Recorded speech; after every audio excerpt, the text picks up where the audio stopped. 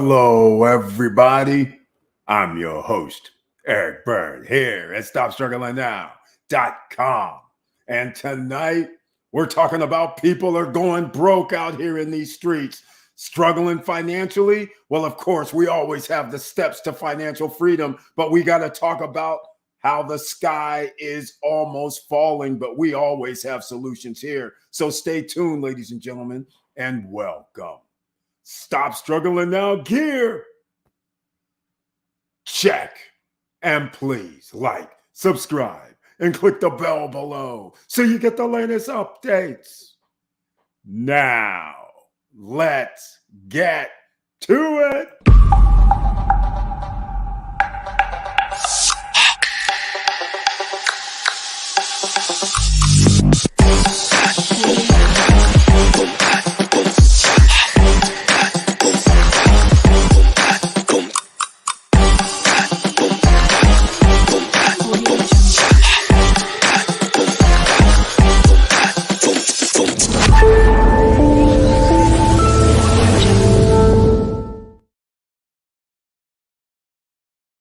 All right, ladies and gentlemen, thank you so much for being here once again. And please, you never know who's watching the videos. You never know who's looking for help. So please share the video. And tonight, it's the SSN Nation Friday night live stream. And you know how we get down here. Let me see who's in the house first. Let me know if you saw the YouTube trailer and if you received a notification. That would be greatly appreciated. Look who's in the house first. Jawway J is here. Welcome to the SSN Nation Friday night live stream. And very glad to see you. And he brings his tagline this evening saying, "Good evening, SSN Nation." Got the notification and saw the YouTube trailer. That's number one. Good. Maybe we can break the record tonight. And what a sad day. What a sad Friday evening after watching the Tyree Nichols video. Yes, indeed. Another one. It's out of control what's going on around in this third world country. It's like somebody's trying to kill a lot of people for some strange reason for the last 400 years. But that's a whole nother subject matter. Tonight, people are going broke, and this is part of it. This right here that's happening. So I won't get into it that much, but thank you for bringing that up because it's another one. Victor Marrero, welcome to the SSN Nation Friday night live stream. Thank you so much for being here in the house with the icon next to his name. And he brings one of two taglines. Hello, all. Let's do this. That's what we do here. It's going to be bad news, ladies and gentlemen, I'm about to share with you. And that also means you're going to have motivation after this because you're going to have to do something. Once you understand the record, history keeps continuing. It doesn't change.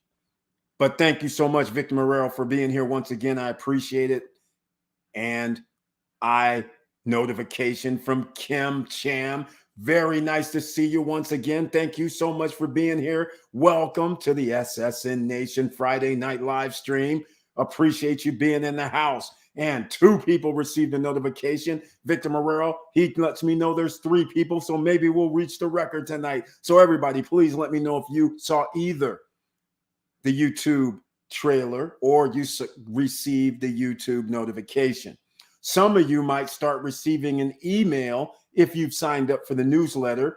Signing up for the newsletter, how do you get there? Well, hit the more button underneath the video, and that'll take you to a box. And you go to the very bottom of the box and sign up for the newsletter, please. That's because I send out emails to people when I do upload new videos and when we have live streams, since YouTube is lacking. So therefore, that helps out hopefully as well. Plus, occasionally I might send out an email for something special, but that's a rare thing, but you never know. So please sign up for the newsletter down below. That would be greatly appreciated. All right. Well, let's get into it, ladies and gentlemen. People are going broke. And some of you may be sitting here going, okay, I might not be broke, but I am living paycheck to paycheck. Some of you may be saying, Eric, I am not worried about going broke. I'm not worried about anything because I have a nice paying job. Everything is great. I put some money aside. I have passive income coming in. Well, I have news for you, ladies and gentlemen. Unless you have several businesses, you're not going to be financially secure for years to come. And the reason I'm saying this is just like in early 2010, think about this. There was no Amazon. There was no Facebook in the early 2000s. As we know, any of these platforms out here, YouTube didn't exist in 2000, 2002. None of the things that are in place now, apps on a cell phone, banking on your phone, none of these were in place, along with robots that were able to go across a warehouse, pick out what the person ordered, put it in a bucket, and deliver it out to people. None of that existed. So there were plenty of warehouse jobs, plenty of high-paying jobs because people were under unions, and they've been replaced by robotics. No longer are those high-paying jobs there. That means you're going to receive a lower paying job potentially. Companies have no reason to give you higher salaries substantially. And now here we are. People are out here struggling. They're going, I don't understand this. Let me show you something here. I'm going to start this off with something. I might get a copyright strike, but I just want to show you guys something here.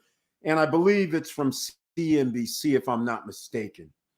And it just came out a week ago, but you guys have known this already, because if you're from the SSN Nation, you know 70% of the population doesn't even have $1,000 in their bank account. And you also know 60% of the population does not have $500 in their bank account. So how are people buying homes, cars, buying all these liabilities? Well, you know that good old plastic credit card has come in handy, where people can pay $30, $40, $50 per month, even though they have thousands of dollars charged upon the car. So this is in one of the ways. And another way is when Affirm, PayPal, and a few others allow people to pay on credit now. That didn't exist before. So more people are getting under stress due to debt, but it's hidden away unless you go look for it. And you know there's trillions of dollars of debt from the United States citizens, and in the world, there's too much trillions, quadrillions of debt. So who's going to be able to pay this back? Nobody. If somebody tells you, hey, you owe 20%, 15% on $1 trillion, how are you going to pay this back? You're not getting a 15% raise or a 10% raise or a 5% raise every year. And even if you did, you still can't pay back 10, 15, 20% IOUs. Somewhat like how the United States government operates. They can't pay back their debt either. All right, same thing. They're just keeping it, kicking the can down the road, because you can borrow. You have a blank checking in their case, and most people have a credit card that has a limit. And once you reach that limit, they cut you off. You can't do anything else unless you start paying it down. There's a huge difference. This is why, part of why people are going broke, but you can't recognize it because it's hidden. And how's it hidden? I'm about to show you here. Check this out, ladies and gentlemen. We're going to roll this tape. Let me know if you can hear this. All right. Like I said, unfortunately, if you watch this video on replay and you don't see the video, that's because they hit me with the copyright strike. So hopefully this little short excerpt will get by. All right. Let's see what they got to say here. Let's go. Check this out. Get your pen, pad, and papers ready. This is why you should bring it with you. This is SSN Academy, SSN University, except there's no cost. That's because this is the no guru zone. We give you information so you know what you're up against while you're out here slaving away and not realizing you are literally slaving away. And for what? So that means you better do something different. You're going to have to search out that financial freedom, even though you may not be able to get to that freedom part, but you better get to the more financial part. Now, listen to these numbers, ladies and gentlemen. Daunting. Check this out. From the growth of the economy. While incomes stagnate, the cost of living has risen dramatically over the years. To put it into perspective, the average household income in the US saw just a 16% increase over the last 50 years. In comparison, housing costs increased. Hold on, ladies and gentlemen. I want you guys to understand something. Did you hear what they just said? Average household income went up 16% in the last 50 years. I wish I was wearing some sunglasses because I would be taking them off right now. Did they really just say 16% increase in the last 50 years? Keep that thought right there, because all I'm going to show you later is, if you know inflation is 2.76% on average for the last 50 years, that would mean you're going to be pretty close to 150% more cost, and all you've got to show for it is 16% more in salary. Something doesn't add up. Now you're understanding why people are poor. So check this out. We're going to keep going. All right. I just had to pop on here because this is crazy right here. All right. Check this out.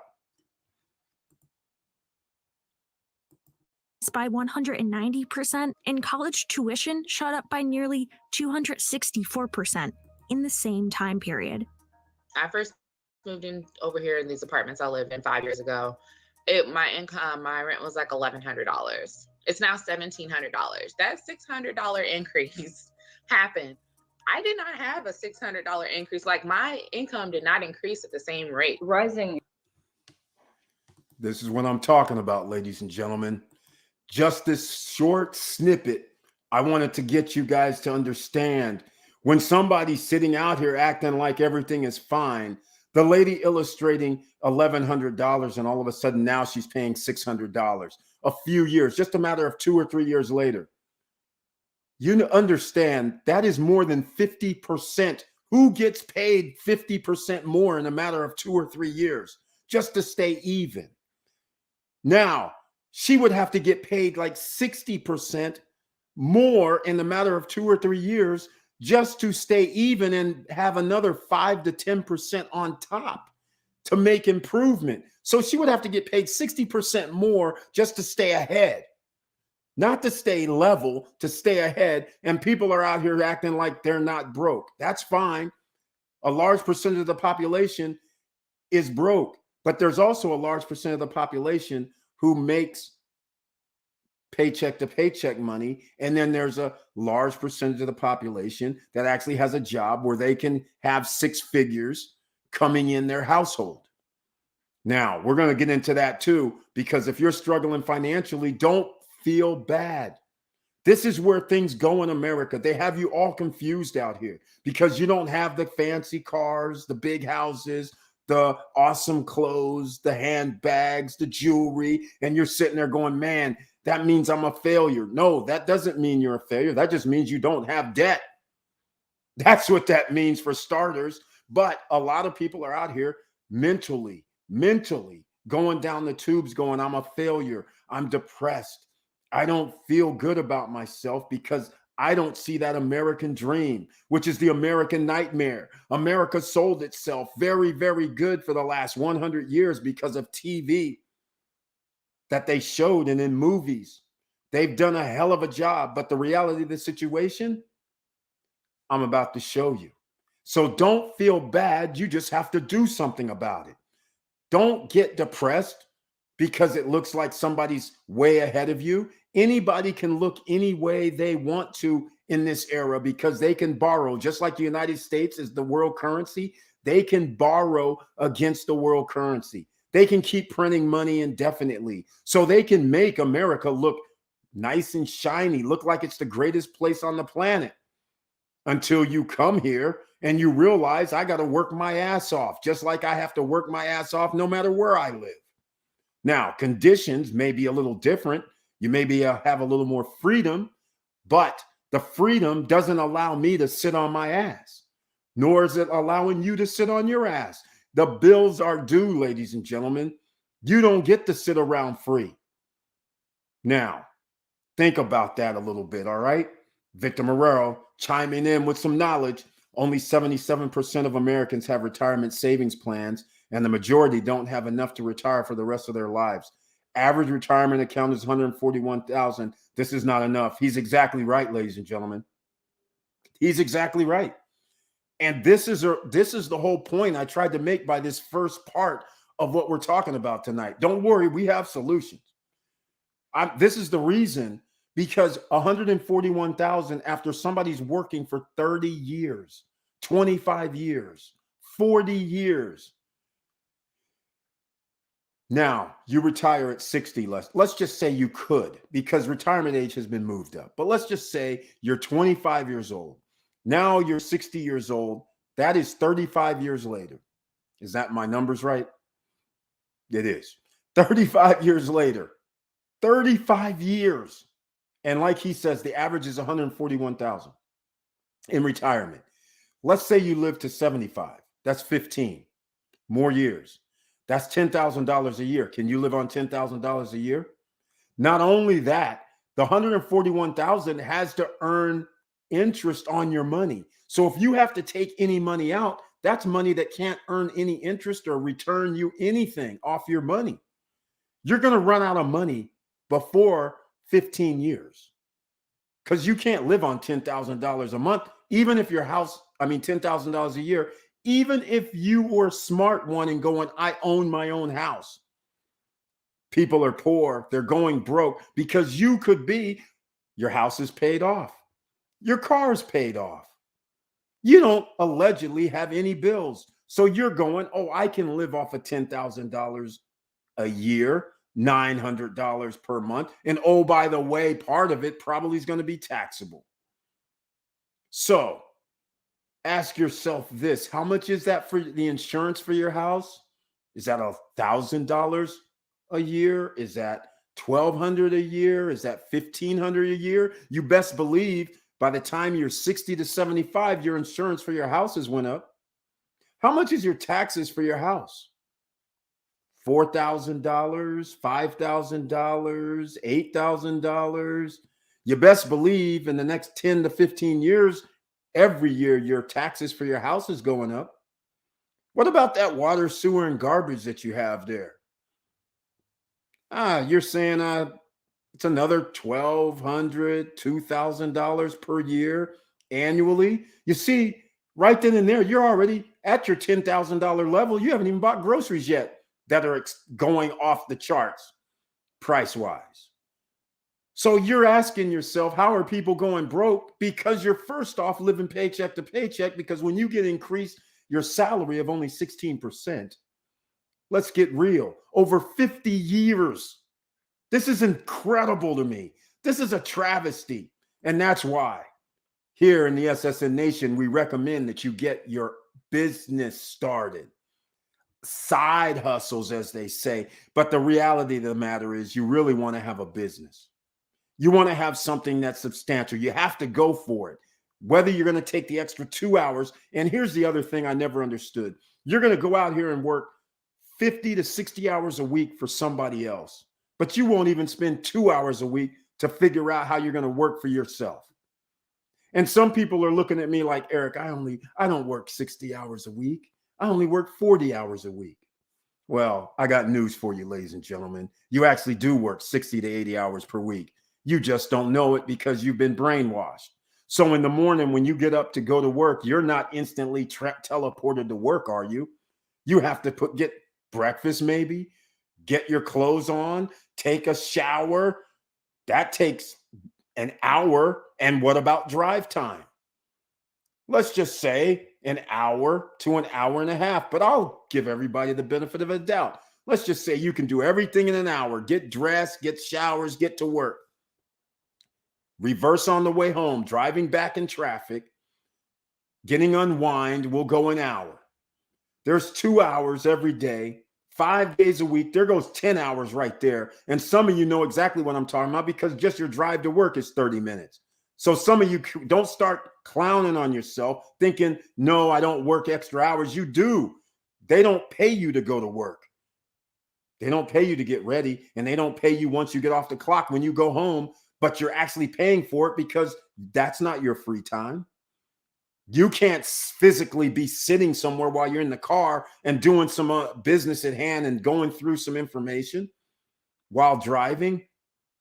So you're already doing 50 hours a week just by going to a job 5 days a week.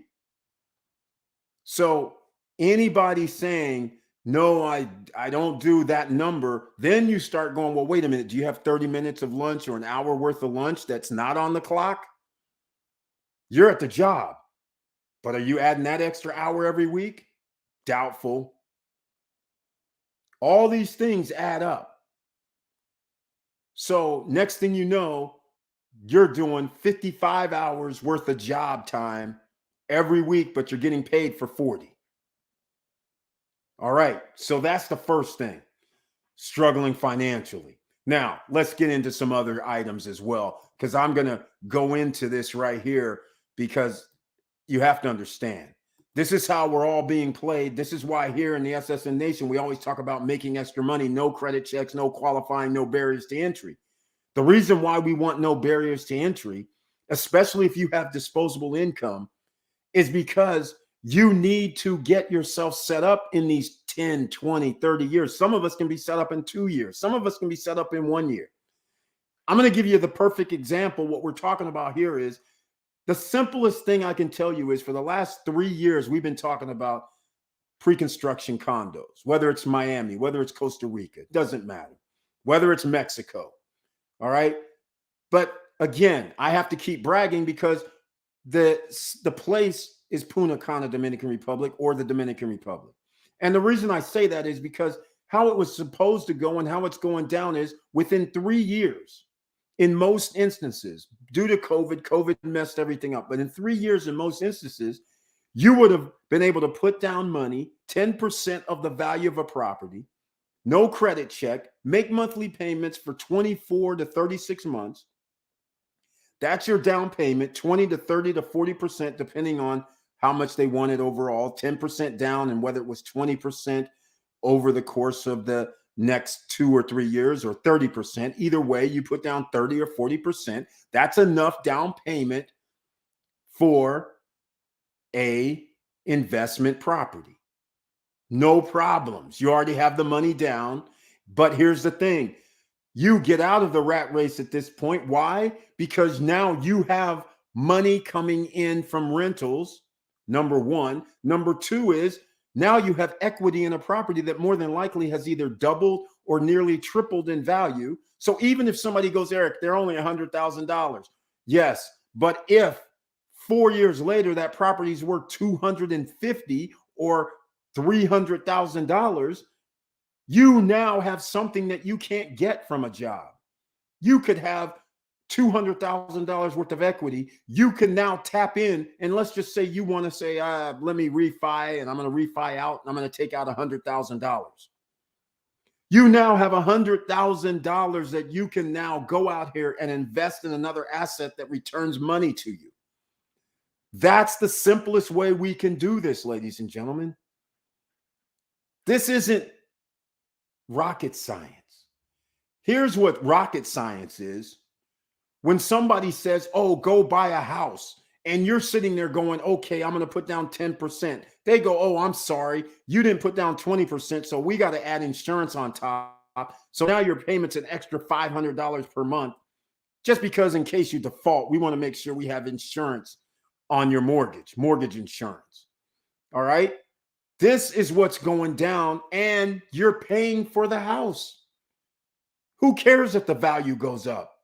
You're paying for it. As soon as you buy a house for $500,000, your payments are going to be what right now? Let's just say you're paying, I'll just make them up. $3,500 is what you're paying. As soon as you get a loan for $500,000, You had to put down 10%, let's say, that's 50,000. So 450,000 is owed. Now you're paying $3,500, $3,400 all in every month. Let me ask you something. If you said $3,500 times 10 months is 35 grand. You add on another 7 grand. We're at $42,000 a year for paying where you live. Now, I'm going to ask you something. Please get a calculator. $42,000 times 30 years is $1.2 million plus. You're being bamboozled. You're being fooled, ladies and gentlemen. You're out here thinking the house is the best thing since sliced bread. And you're out here doing it, tying up your debt, creating more debt, and they can raise your taxes on your home anytime they want. Your utilities can all be raised anytime they want, and they do. 3% annually is the average for utilities. They can raise your water, sewer, and garbage 3 to 5% every year, like clockwork. It happens. That's what's happening. Meanwhile, you don't even count none of that, but you're paying 1.2 at the end of 30 years. You're all giddy. You're sitting there bragging at the Christmas party. You're sitting there bragging at the pool. Hey, man, I bought my house for $500,000 and it's worth $1.3 million now. This is awesome. And I have to be the bearer of that bad news. I'm like, how long you lived here? The guy goes, oh, man, 25 years. I'm like, you do realize your house better be $1.2 million because that's how much you've paid. Now, here in the SSN Nation, we don't want you doing this, ladies and gentlemen. We want you out here getting the property, the pre-construction, or second multifamily properties, however you want to do it. It doesn't have to be pre-construction. It could be something else. It could be a parking lot for all I care. But you need passive income to pay for that liability. Because then that changes the whole game plan. You're not working for it. You're having the passive income or semi-passive income coming in, whether it's from real estate, whether it's from another business, whether it's from side hustles. Either way, ladies and gentlemen, this is how we got to do it. They have been fooling you for hundreds of years. The only people that's going to win in this scenario are the people that take that piece of paper that you sign, a mortgage loan, all the terms, they take that piece of paper, and after they accumulate enough of those pieces of paper and they go, hey, we got 100 people to buy $500,000 homes. Look at this. They signed. And the guys are like, oh, this is great. And they start breaking out the calculator. 500,000 times 100 people. And they start going, well, wait a minute. That's 5 million. 10 times that is 50. The paper they're holding is worth $50 million.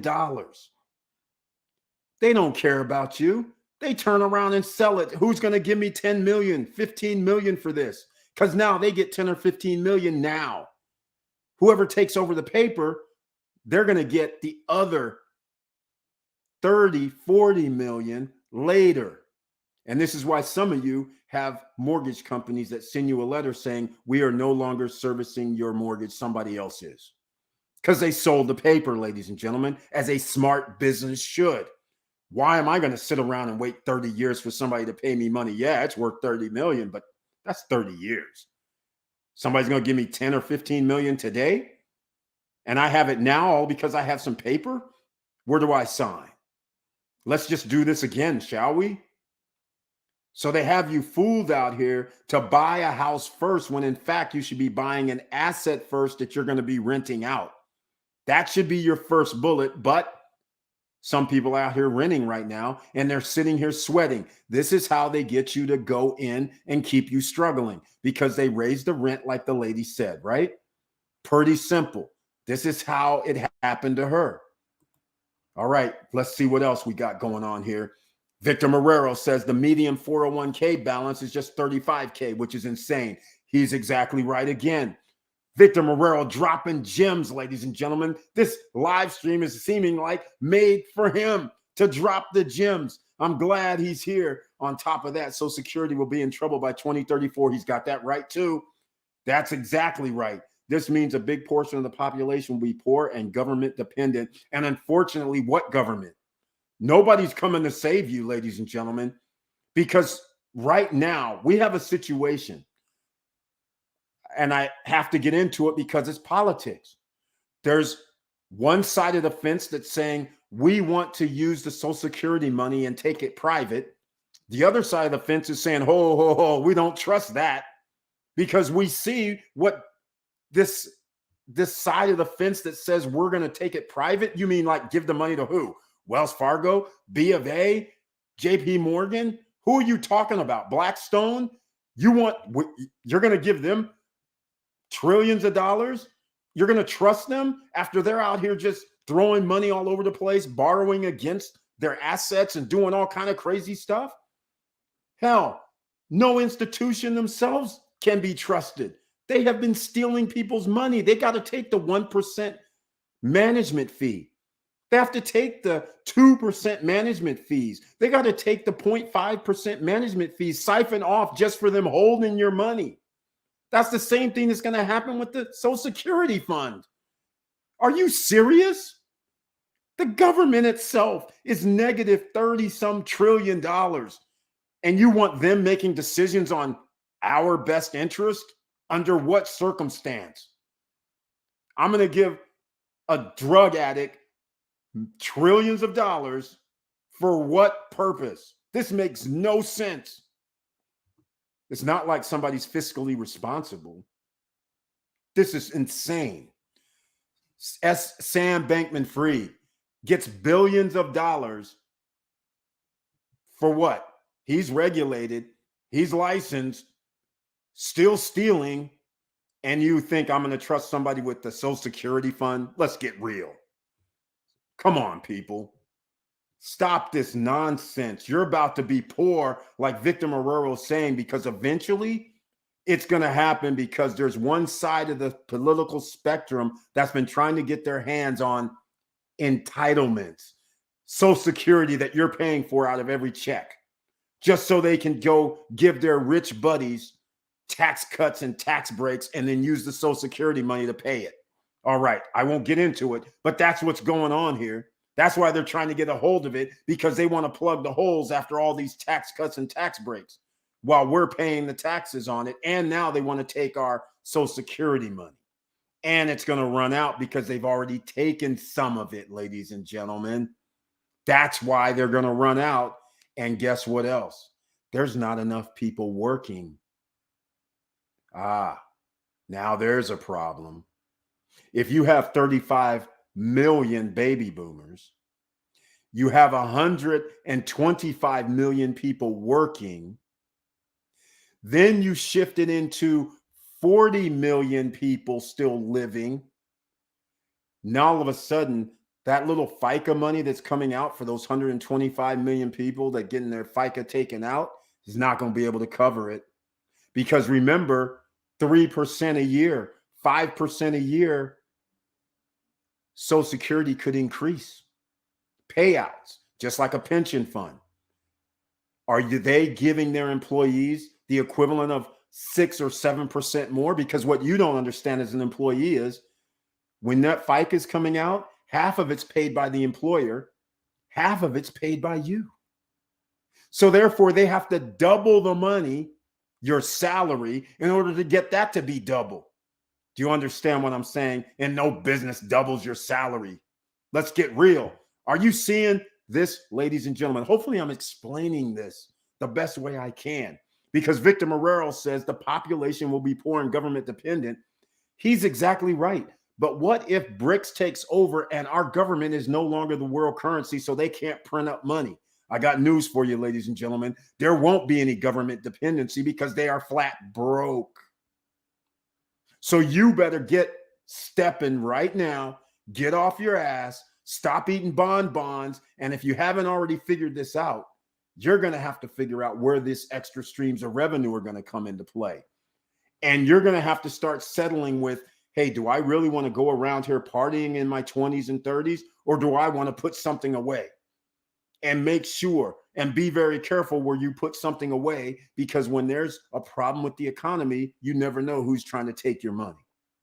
And I'm talking about licensed and regulated companies on Wall Street. I'm talking about pension funds. I'm talking about 401k plans. And Victor Morrell, thank you for bringing up that 35,000, which is a travesty. Nobody can retire on that either. All right. Facebook user, thank you so much for being here in the SSN Nation Friday night live stream. Greatly appreciated. You're definitely speaking that knowledge. Thank you so much. I appreciate that. Daniel Rodriguez, the real estate professional from the Dominican Republic, is in the house tonight. Welcome to the SSN Nation Friday night live stream. And he says hello. Hello to you too. Daniel Rodriguez, I just dropped that #1 pre-construction property in all of Dominican Republic. Well, Punta Cana region, cruise on land. It's always been #1A, #1B, Larimar's #1A, #1B, because of all the amenities, ladies and gentlemen. And you can still buy 1 bedrooms under $100,000. You can buy 2 bedrooms under $125,000 at both locations. And they have many amenities that you and your guests get to enjoy all year long at no additional cost. So thank you so much. And go check out, I don't know his website, but I believe, isn't it danielrodriguez.com? I'm not sure exactly, but Daniel Rodriguez, Punta Cana Realtor, go check him out, ladies and gentlemen. He can help you out a lot. So let's get back into this, shall we, ladies and gentlemen? Because we don't want you hanging out here. We don't want you losing. This is why I started the channel, because there were so many people losing. And it was unnecessary, especially because you're out here working hard. You already tied up your money because either it's for rent or it's for your mortgage. And sure, you might have disposable income left over, thousands of dollars left over, but generally you're putting it into a 401k or an investment vehicle or just blowing it. But what you can do is put it into something that gives you a return. That's what you need to start thinking about. That's what you need to concentrate on. It could start out slow. It won't mean nothing, but you keep doing it over time, just like paying a mortgage. You do it over time, and the next thing you know, it's 10 years later, and you put in $500 every month, $60,000 or $6,000 every year, 10 years later, and you done double. Now you have 120 grand. That's a better progress than going out here buying some worthless items or paying debt on credit cards all the time. I'm almost sounding like doggone Ramsey at this point. But I'm not on his bandwagon entirely, but I do believe in the part about trying to get your debt down, because you're paying 10, 20, 15% in most cases. Most people, if you have great credit, is doing the 1.9, 2.5. But again, the large percentage of the population is paying a higher percentage rate. So let me get into something else right here, because again, I put it in your face. Again, I mentioned the pre-construction. That is a thing. Daniel Rodriguez here handles it. In fact, let me go show some justice with Daniel Rodriguez, shall I? Because he can't put in his, he can't do anything. What I mean by that is he can't put a link in for his website in the chat room. So I'm going to do it for him. I think I have it. I'm not sure. Let me see if I actually have it. Yes, I actually have it. DanielRodriguezRealEstate.com. I'm going to put it in the chat room for everybody to go. You can go show some love. All right. Here in a second. As soon as I have to go to a screen, because I want you guys to understand what is going on around here, and make no mistake about it. All right. Make no mistake. You have to do something. You can't do what your parents or grandmother and grandparents have done. Them days are gone. You don't get to do that. You can't just sit there and go, oh, I'm going to work somewhere for 30 years, 25 years. I get to retire. I have a pension money coming in. They're sending me $4,000 a month, we're good. No, there's still companies that do that, but that's going to go away and has went away for several people. All right. I don't think people truly understand how serious this is. Yesterday, I read that approximately 7 million able working folks have no desire to work or even look for work. How are they surviving? Victor Marrero, how they're surviving? They're moving in with family, friends, loved ones. And then here's the problem. In fact, let's talk about this. Here's what it is, Victor Marrero. The way that I see it, here's what's going down. Most people have 1 or 2 children. Right then and there is a problem because our government hasn't mandated any safe haven for working people. Again, working against the people. So what I mean by this is you have 1 child. You have to go to work starting, let's just say 7 a.m. in the morning. You have to get ready. You have to leave out the door. And the kid, let's just say the kid is 3 or 4 years old, has no school or nothing. They have to stay somewhere.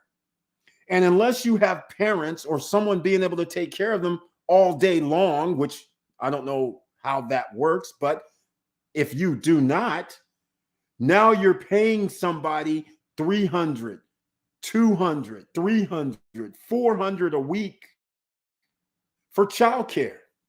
That's out the door. And when you start going, okay, most people are making, let's just say $15 an hour, and you start doing 40 hours a week, that's $600 a week. That's $2,400 a month. You take away about 20% of that. Now you're already down to $2,000 a month, and you're going to give up almost $1,000 to childcare. Obviously, we can't go to work. I still have to get a car. I still have to have transportation paid. I still have to have food. Now people are finding out that the housewife back in the day was much more valuable. See, this is why people don't understand how the ecosystem works. When the wife could stay at home and make sure that the kids were all taken care of, making sure that they were being picked up from school, being taken around while the other party was at work, whether it's husband or wife, but somebody being able to be home where one person works, that changes everything. Because now you don't have these ridiculous childcare monies. You don't have this ridiculous situation where something happens at school. Now you have to leave work. Your work is looking at you like, hey, we need you here. We might have to fire you because your kid is sick and you had to leave about 6, 7, 8 times over the last 2 months. See, that's the difference, ladies and gentlemen. And here we are in this environment. This is why it's imperative that you get out here and get your extracurricular money in your pocket on. All right. I'm going to show you guys something. I got an email from my cousin and I got to show you. This cracked me up. I'm going to show you guys something. This cracked me up greatly. Look who else is in the house tonight. Mr. Cool himself is here. Laverne Panics. Welcome to the SSN Nation Friday night live stream. Thank you so much for being here with the icon next to his name, which means he's a member of the channel. That also means members with the icon can join me on the screen and talk and discuss any subject matter that they want. And you don't have to show your face on the screen. You could always just say, hey, no avatar, no icon, and then it'll show a little different image. But let's get on with his tagline, shall we? He says, hello, SSN Nation. I hope everyone is doing well. I received a notification and trailer. Thank you very much. That's 3 people that I've received notification from tonight that let me know. Greatly appreciated. But here we go, ladies and gentlemen. Here you are. You're sitting here, people are going broke and don't understand, and you're blaming yourself and you don't understand why. In case you don't understand why you're going broke, it's simple. You make money, right? But you're sitting here, the next thing you know, your eggs, wherever you live, and where I'm at, eggs haven't went up exponentially. But where some people are paying $10 a dozen for eggs. Some people are paying $5 a gallon for gas. Some people are paying 60% more for insurance. There is no way you can keep up, and you're going under pressure. You're feeling the pressure. You're like, man, I'm broke. You're damn right you're going to be broke. Nobody's paying you 60% more, 30% more, 20% more. Did you not see that stat by CNBC? 16% increase in wages over the last 50 years. And somebody's out here thinking, oh, don't worry about that, man. They're going to give me a raise to match inflation. Well, wrong. Here we are, ladies and gentlemen. Look at this right here. This is 1985. What is that, 30 years ago? Is that what it is? Something like that. Almost 28. Is that 28 years ago? 2015 is 30. So it's almost 40 years. So here we are. $1 is worth $2.76. That's 2.5 times. So if minimum wage is $8, all right, which it still is, by the way, that's not a livable wage. But if that's your parameter, which is mine, then we got to make 16, 8, $25 an hour just to keep up. Just to keep up with 1985 cost in the 2023 era. You have to make like $25 an hour. And I don't know if some of you haven't been paying attention. $25 an hour still ain't going to cut it. That's right. Because some of you are going, Eric, I wish I made $25 an hour. Well, guess what? That's $4,000 a month. Take off 20%. Guess what else? You can't live in anywhere that's going to be nice, because 3 times the number is only $1,300. Where's a $1,300 apartment at? It's not going to be in the best neighborhood.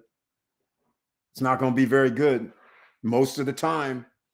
So when Victor Morrell was pointing out exactly what's happening, even if you make $25 an hour, you can't even go live anywhere when they tell you, like that lady said, I used to make my rent was $1,100 per month. Okay, we made it there.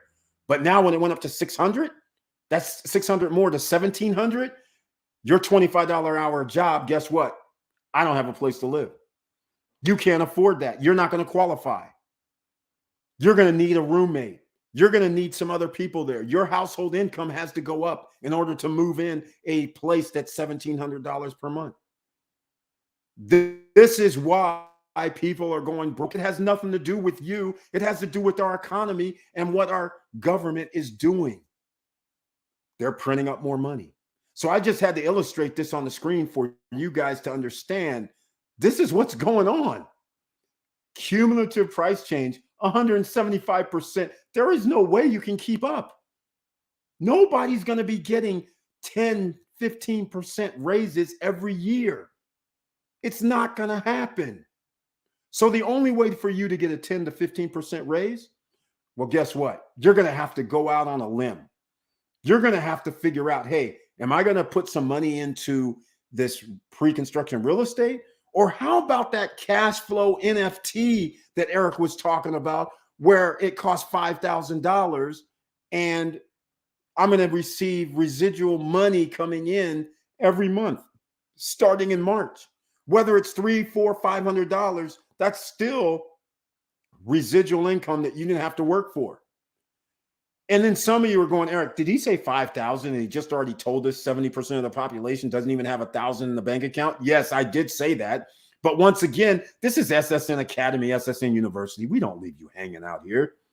That's why we have the group economic plan, which is called the cash flow NFT, the cash flow $5,000 NFT, or the $5,000 cash flow NFT, where you can put in a minimum of $250. We make it easy for you. All right. Whatever percentage you put in on the 5,000, that's the percentage you're going to receive when they give the commissions out. It's simple. It's down below in the description if you want to join us. We're up to $1,000. So there's $4,000 left to remain. So again, we're getting there, ladies and gentlemen. And we already did one. So again, we have people who are going to be privy and they're going to possibly receive passive income. And we know it's going to be at least 3 years or 4, because we know they have an exit strategy after year 4. And if they get the right price, their exit strategy is going to be a lot sooner. And they start talking about 7 figures for every NFT holder. I don't mind splitting 7-figure numbers with people. If somebody said, hey, we got $2 million, do you want 10%? I'll take 10% of 2 mil. If somebody said, hey, I'll take 20% of 2 mil. If you put in 20%, which is 1,000, then if it is 2 mil, well, you got $400,000. That's life-changing money in a matter of 3 or 4 years. You'll still be able to go out and buy yourself an asset that gives you a return on investment. So we give you many different ways. We tell you to start a business. We tell you to go for your goals and dreams, and you can still work for someone else and go for your goals and dreams. Don't let anybody stop you, because you're going to need it. You never know when you're going to need it, but you're going to need it. And this is one of those things where I'm going to give a little story right now, because a lot of people don't get it. I work for a company called Cruise on Land. Not Cruise on Land. I saw George's Charles just popped in, so that's what reminded me, and Daniel Rodriguez.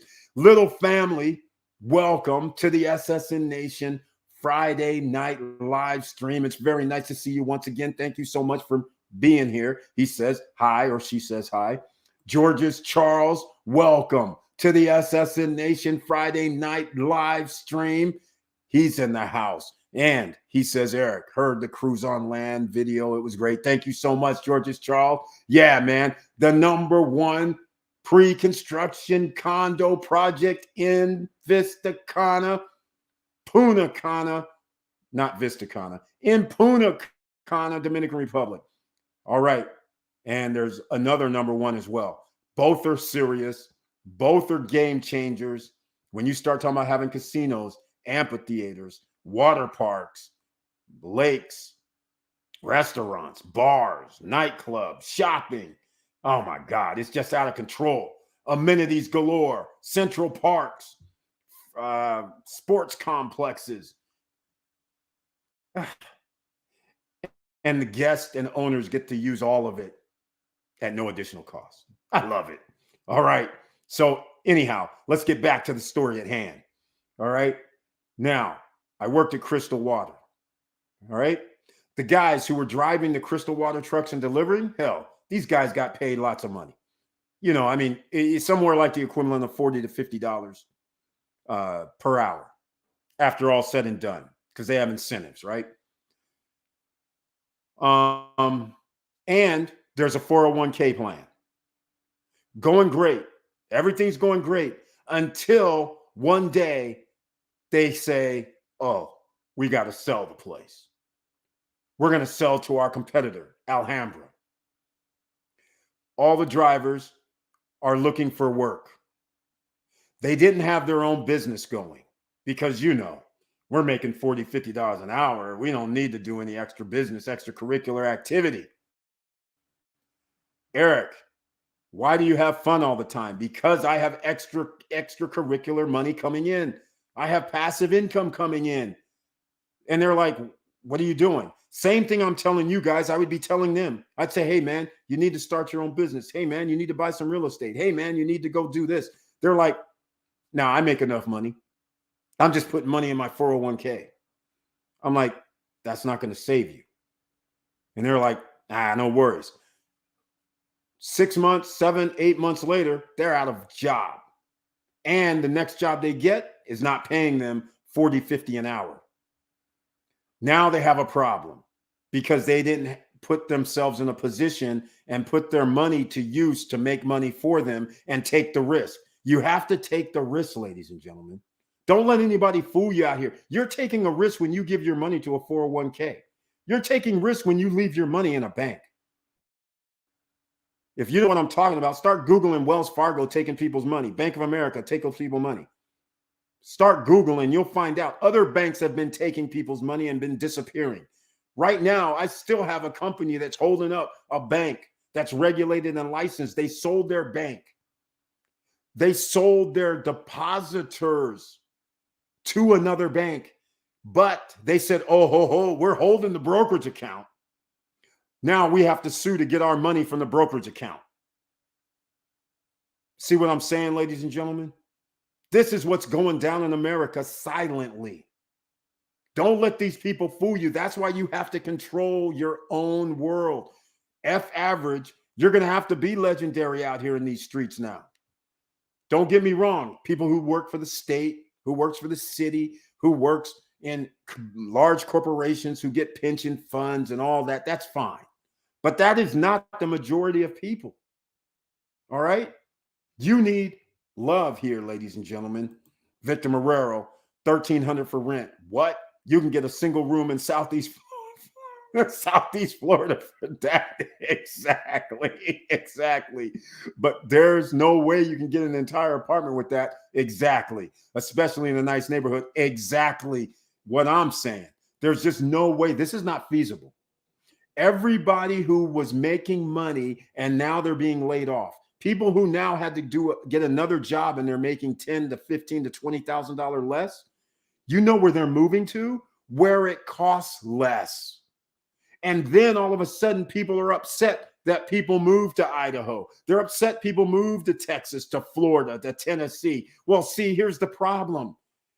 If I make less money and it costs me an arm and a leg, like a la California, like a la Boise, Idaho now, like a la Washington State around Seattle now, right? It costs more money. Miami, Fort Lauderdale, Southeast Florida costs more money. Now, all of a sudden, those people who made more money, they are now moving into what is less for them. But less for them is more for the locals. And the locals are squeezed out because the local economy, they're used to paying people $25 or less an hour.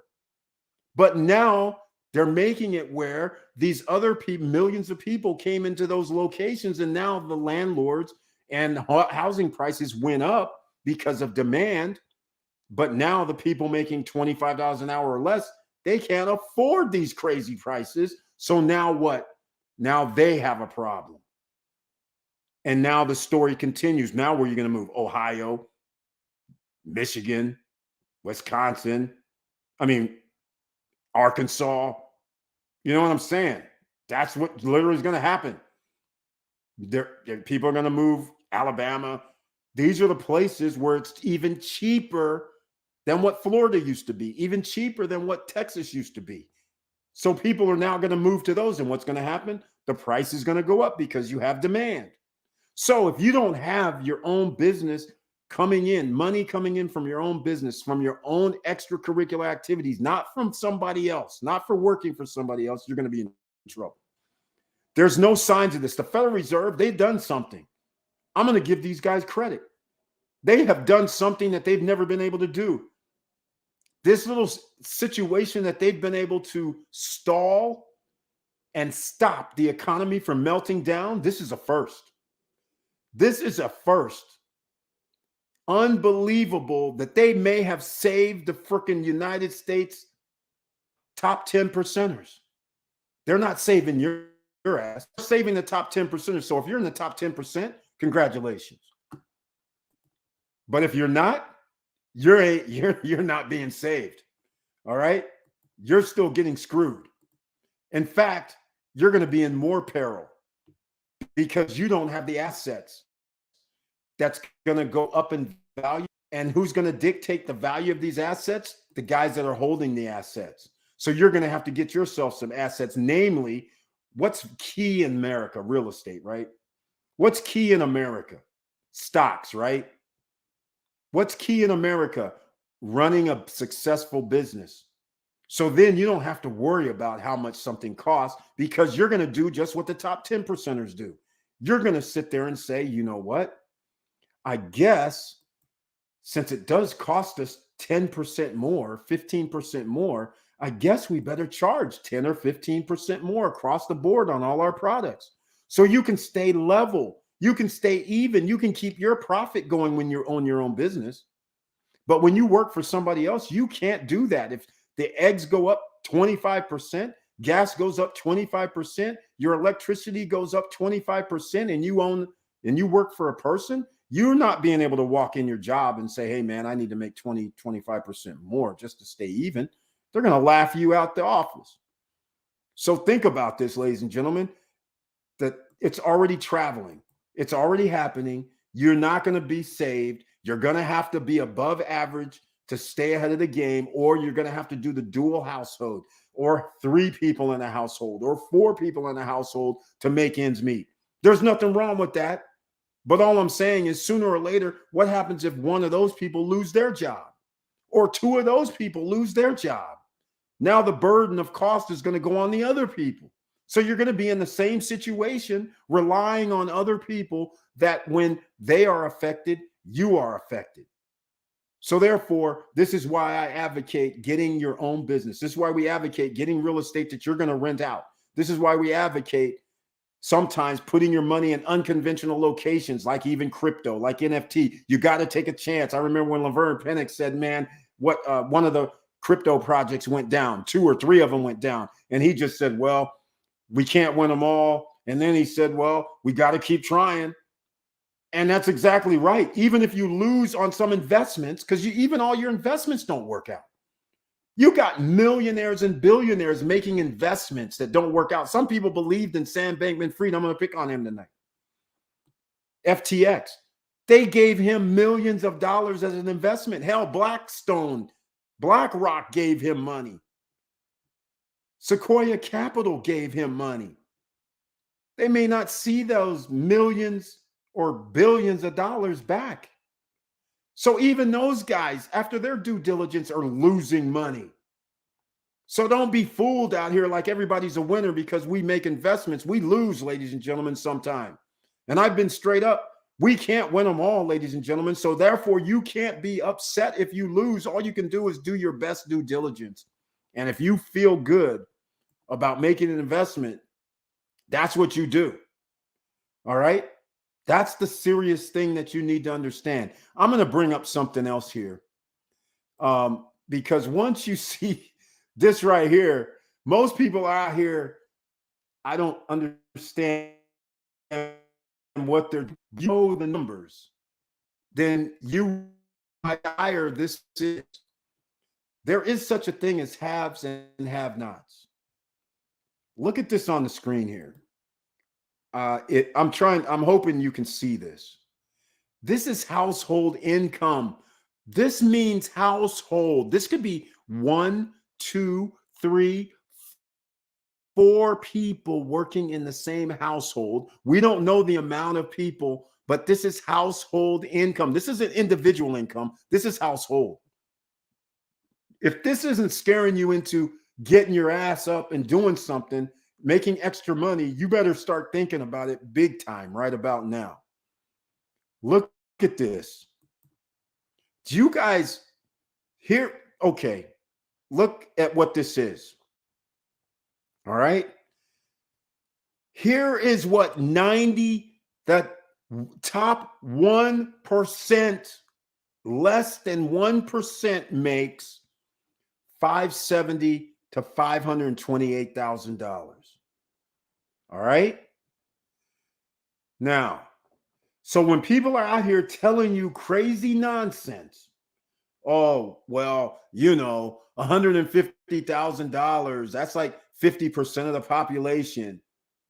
Wrong. It ain't 50. It ain't 40. It's not 30. It's not 20. It's not even but 10% of the population. Household income, not individuals. That means I need 2 people usually in a household is what's happening here. So I need one person to make 70 grand. I need another person to make 40 or 50 grand. That's how we get to $120,000 or 120,000 here. That's how we get to $200,000. Okay, ladies and gentlemen, this $212,000 and the oranges for 2022, 210,000 is the gray for the 20. The top 10% number means you have to make more than $212,000. That's your household income. These are the people with disposable income here in the United States. So I got news for you. There's 350 million Americans. Are you trying to tell me less than 40 million Americans combined make $200,000? Is that what you're trying to tell me? Here's the numbers. Numbers don't lie. All right? You guys better understand something right now. These people in this territory, these two territories, these two tiers, I got some bad news for you. These two tiers own more than 70% of the wealth in America. These two tiers. And you want to know something else that's not on this tier right here? 0.1%, the billionaires, they own nearly 50% of the wealth all by themselves. Are you guys getting a picture yet? This is you down here, most of you who's watching this. You make less than $200,000 a year. You're down here. So don't act crazy. And you're down here while they're telling you go out and buy a home, go out here and buy a car, go out here and buy jewelry, go out here and buy clothes, go out here and buy shoes, handbags, and do all this other crazy stuff. And oh, here's a credit card for you. Don't worry about it. Everything will be fine. You need to be doing what these guys are doing. They own 89% of the stock market. You need to put your money in the stock market. They own 70% of the wealth. What's wealth? That's multifamily homes. That's owning businesses. That's owning some of the stocks and securities. That's a lot of different things combined. That's where you need to be if you think that you're going to stay even anywhere near where you're at right now. Because soon as your pension money doesn't come, soon as your 401k money doesn't come, now what? Soon as your Social Security doesn't come, now what? Soon as you don't have any medical coverage, now what? All right, ladies and gentlemen, this is a cold, hard facts tonight. Getting you guys prepared because you got to come up with a game plan. These are the numbers. Nobody's out here fooling you. They just not telling you. And how many YouTubers are out here trying to tell you, or anybody on social media giving you cold, hard facts every time knowing that you're going to fail? This is already from 2018 when I started till 2023, right? Things have shifted dramatically. The cost of living has went up damn near 50%. Nobody has a 50% raise. The only people that have a 50% raise are the gas companies. You know, they have record profits. Again, the oil companies, record profits. I wonder how that happens because they own the gas. They get to raise the prices to whatever they want, just like a normal business. So inflation, problems, who cares? I raise my prices, just like me, Victor Marrero, Laverne Penix, and others who own real estate. And we rent it out. We don't rent it out at the same rate we did 2 years ago. We don't rent it out the same rate it was 4 years ago. Not even the same rate as last year. We are sitting up here going, last year, I charged $399 per night in Scottsdale, Arizona. This year, $400? 24? That means I got to charge $500.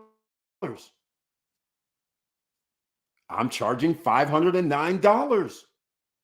People are paying it. I still get to keep my profit. This is how we do it. We own businesses or have a way to increase our revenues based on inflation. We're not locked in. That's why this is very powerful. When you own your business, you get to raise rates based on the cost of the ingredient. So that's just something to keep in mind. All right. So it's not over, ladies and gentlemen.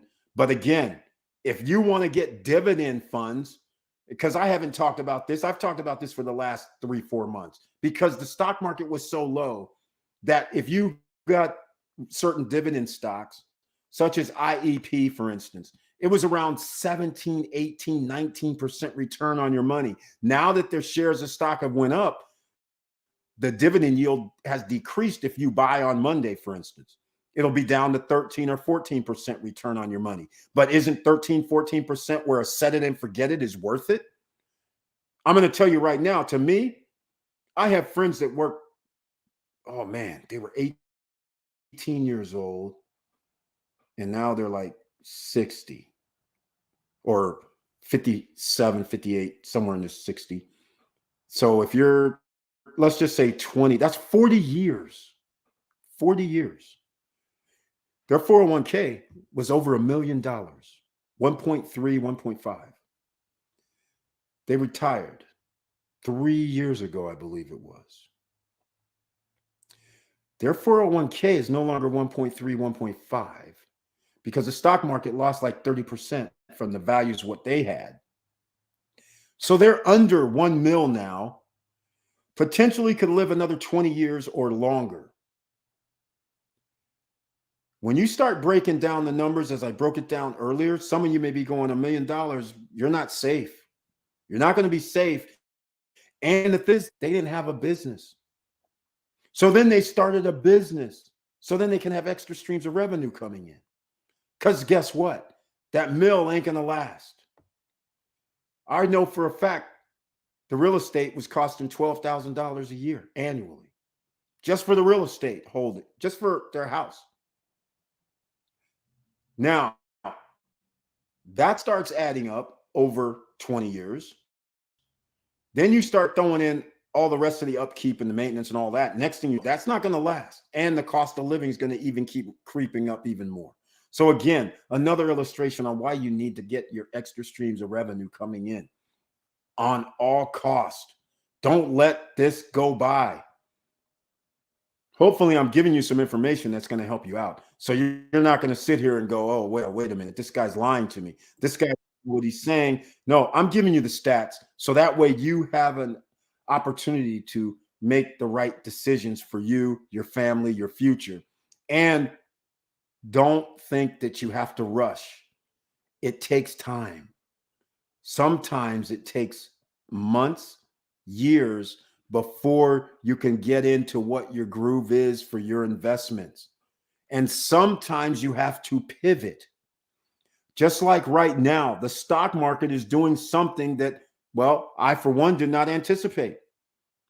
The current rise is meteoric under these circumstances, even though there's layoffs, even though earnings are down somehow. Even though all of the negative signs are here, interest rates are up, all of it.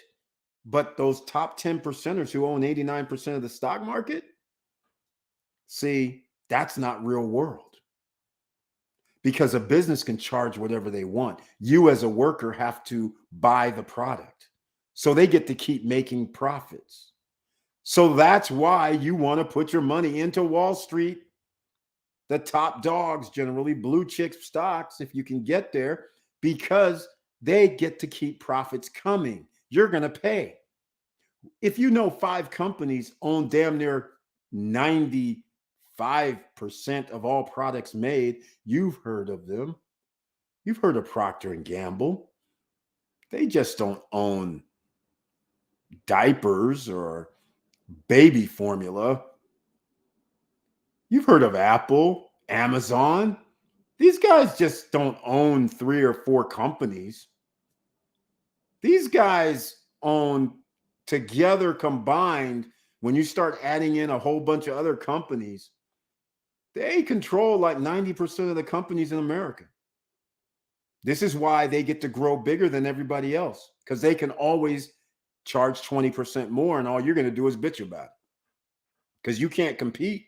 Not like you can make a company out of thin air that can compete with these guys. You're not going to have the manufacturing facilities. You're not going to have the tax cuts and tax breaks and the loans from the government. You can't compete.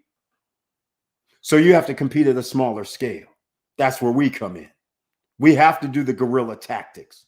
We have to do it on a smaller scale. We have to work together sometimes, which is now being harder and harder to do because people are all in the mistrust stages. It's getting crazy out here. It's hard to do business and join ventures with other people because everybody's out here saying, hey, I need to make extra money, instead of trying to go, well, we got to do the right thing here, so we'll make money down the line. Everybody needs that extra money now because why? The prices went up 20, 25%. We can't wait, but you're going to have to, ladies and gentlemen. You have to wait. People are going broke. It's not your fault. You don't own the companies. You can't knock on the door and say, hey, man, you know I have a family to feed. Don't raise the rates 20% this year. You don't get to do that. We live in a capitalist society. That's what's going on. All right. George's Charles, who owns at the Primavera 4, he's talking about a villa that's going to be a 4-bedroom, 5.5 villa that he's buying for roughly $270,000 because he added an extra full bath on the back patio. A pool comes with it. I don't know if he added the gazebo or not, but he's going to have a property that has its man-made beach with a pool, with a man-made beach, with a beach club, restaurant and bar, with a basketball courts, and soccer fields and children's play areas and other pools and fitness center and possibly game room, which I don't know if they're going to do the game room, but I know at Primavera 2, we have a game room. So I don't know if the other ones are going to have a game room or not. But all I'm saying is if they do, they should. It's the next level out. He's expecting $350 a night. I think he's going to get it. He's going to sleep 10 people. And actually, if he sets it up, even though he could do 12 if he wanted to. So all I'm saying is, if you can buy something under $300,000 and sleep 10 people or 12, and you can get $350 per night, that's 1%. That's my golden rules, kind of soft rule, where I sit there and go, okay, if I can buy something for let's say $270,000, and I can rent it for more than $270 per night, that's a win. Because if you get 14 room nights, you can start doing numbers. If you get 50% every month where 15 nights are rented, you're doing very, very well. 15%, 15%, 15%. We win. All right. If I can buy something for $300,000 and somebody goes, hey, Eric, I'm going to give, you're going to make a $45,000 profit. I'd be like, okay, where do I sign up? Because in 10 years, you got your 450. So again, and not only that, you're going to actually make more than that, because in the every year, I'm going to be able to raise the rent. So now my return on investment is going to increase based on the extra 3%, extra 5% that I raised the rent, extra 3, extra 5, extra 10, extra 15% goes in my pocket. It doesn't cost me anymore. The house is already built. The property's built already. This is why real estate is very, very powerful. But the rich boys, they don't deal in that. They deal in finances. They take your money and use your money to invest, and then they use their stocks to borrow against. That's the game plan that you need. That's why you need your business. Because once you have assets in your business, you can borrow against your assets. And you can do the same thing the big boys do. They don't teach that in school, ladies and gentlemen, nor do they teach it in college. I have to listen to my college professor tell me what IBM's doing, what Texas Instruments is doing, what Microsoft is doing, what Hewlett Packard is doing. And I'm like, you do know they make computers, right? People need their computers, which means there's demand for their product, right? So of course they're making money and everything's lovely. The question comes when computers and what they're making isn't the thing anymore. Well, they have a long growth curve, 30-year growth curve. So they get to hang around. But in the meantime, they get to create stocks. They get to borrow against those and then go buy competition, go buy the competition with their stock money and eliminate them. So now nobody to compete against them, and they get to continue to take over the marketplace. See, this is why you have to start thinking the same way, ladies and gentlemen. Don't let these guys do this to you. All right, Georges Charles, are you building your own pool? No, Victor Morel, it comes with the pool. It already comes with the pool. It's sweet. Victor, the pool is included. Primavera 4 plus a ton of amenities. Eric, tell him. Exactly. It's 2,560 square feet. His property is going to be 2,700 square feet. I mean, sorry, 2,560. It's going to be 2,600 square feet because he's adding a full bath out back, because this property already has a shower out back. It was open air shower like you would find at the beach, but they're going to enclose it for him and make it into a full bathroom. That full bathroom is actually going to go on the square footage. Full bathrooms are normally 50 square feet. So his property is going to reach 2,610 square feet. And if you start already doing the numbers, his property is already worth $400,000, $500,000 by the time it's going to be built. And somebody, you guys better pay attention. They're doing 100 square meters. So his property is, I forgot. We're doing meters, not square feet. It's 100 square meters. So we divide that by 3, let's say. So what is that? Is that, I can't remember the numbers. Is that almost 100? No, it's 95.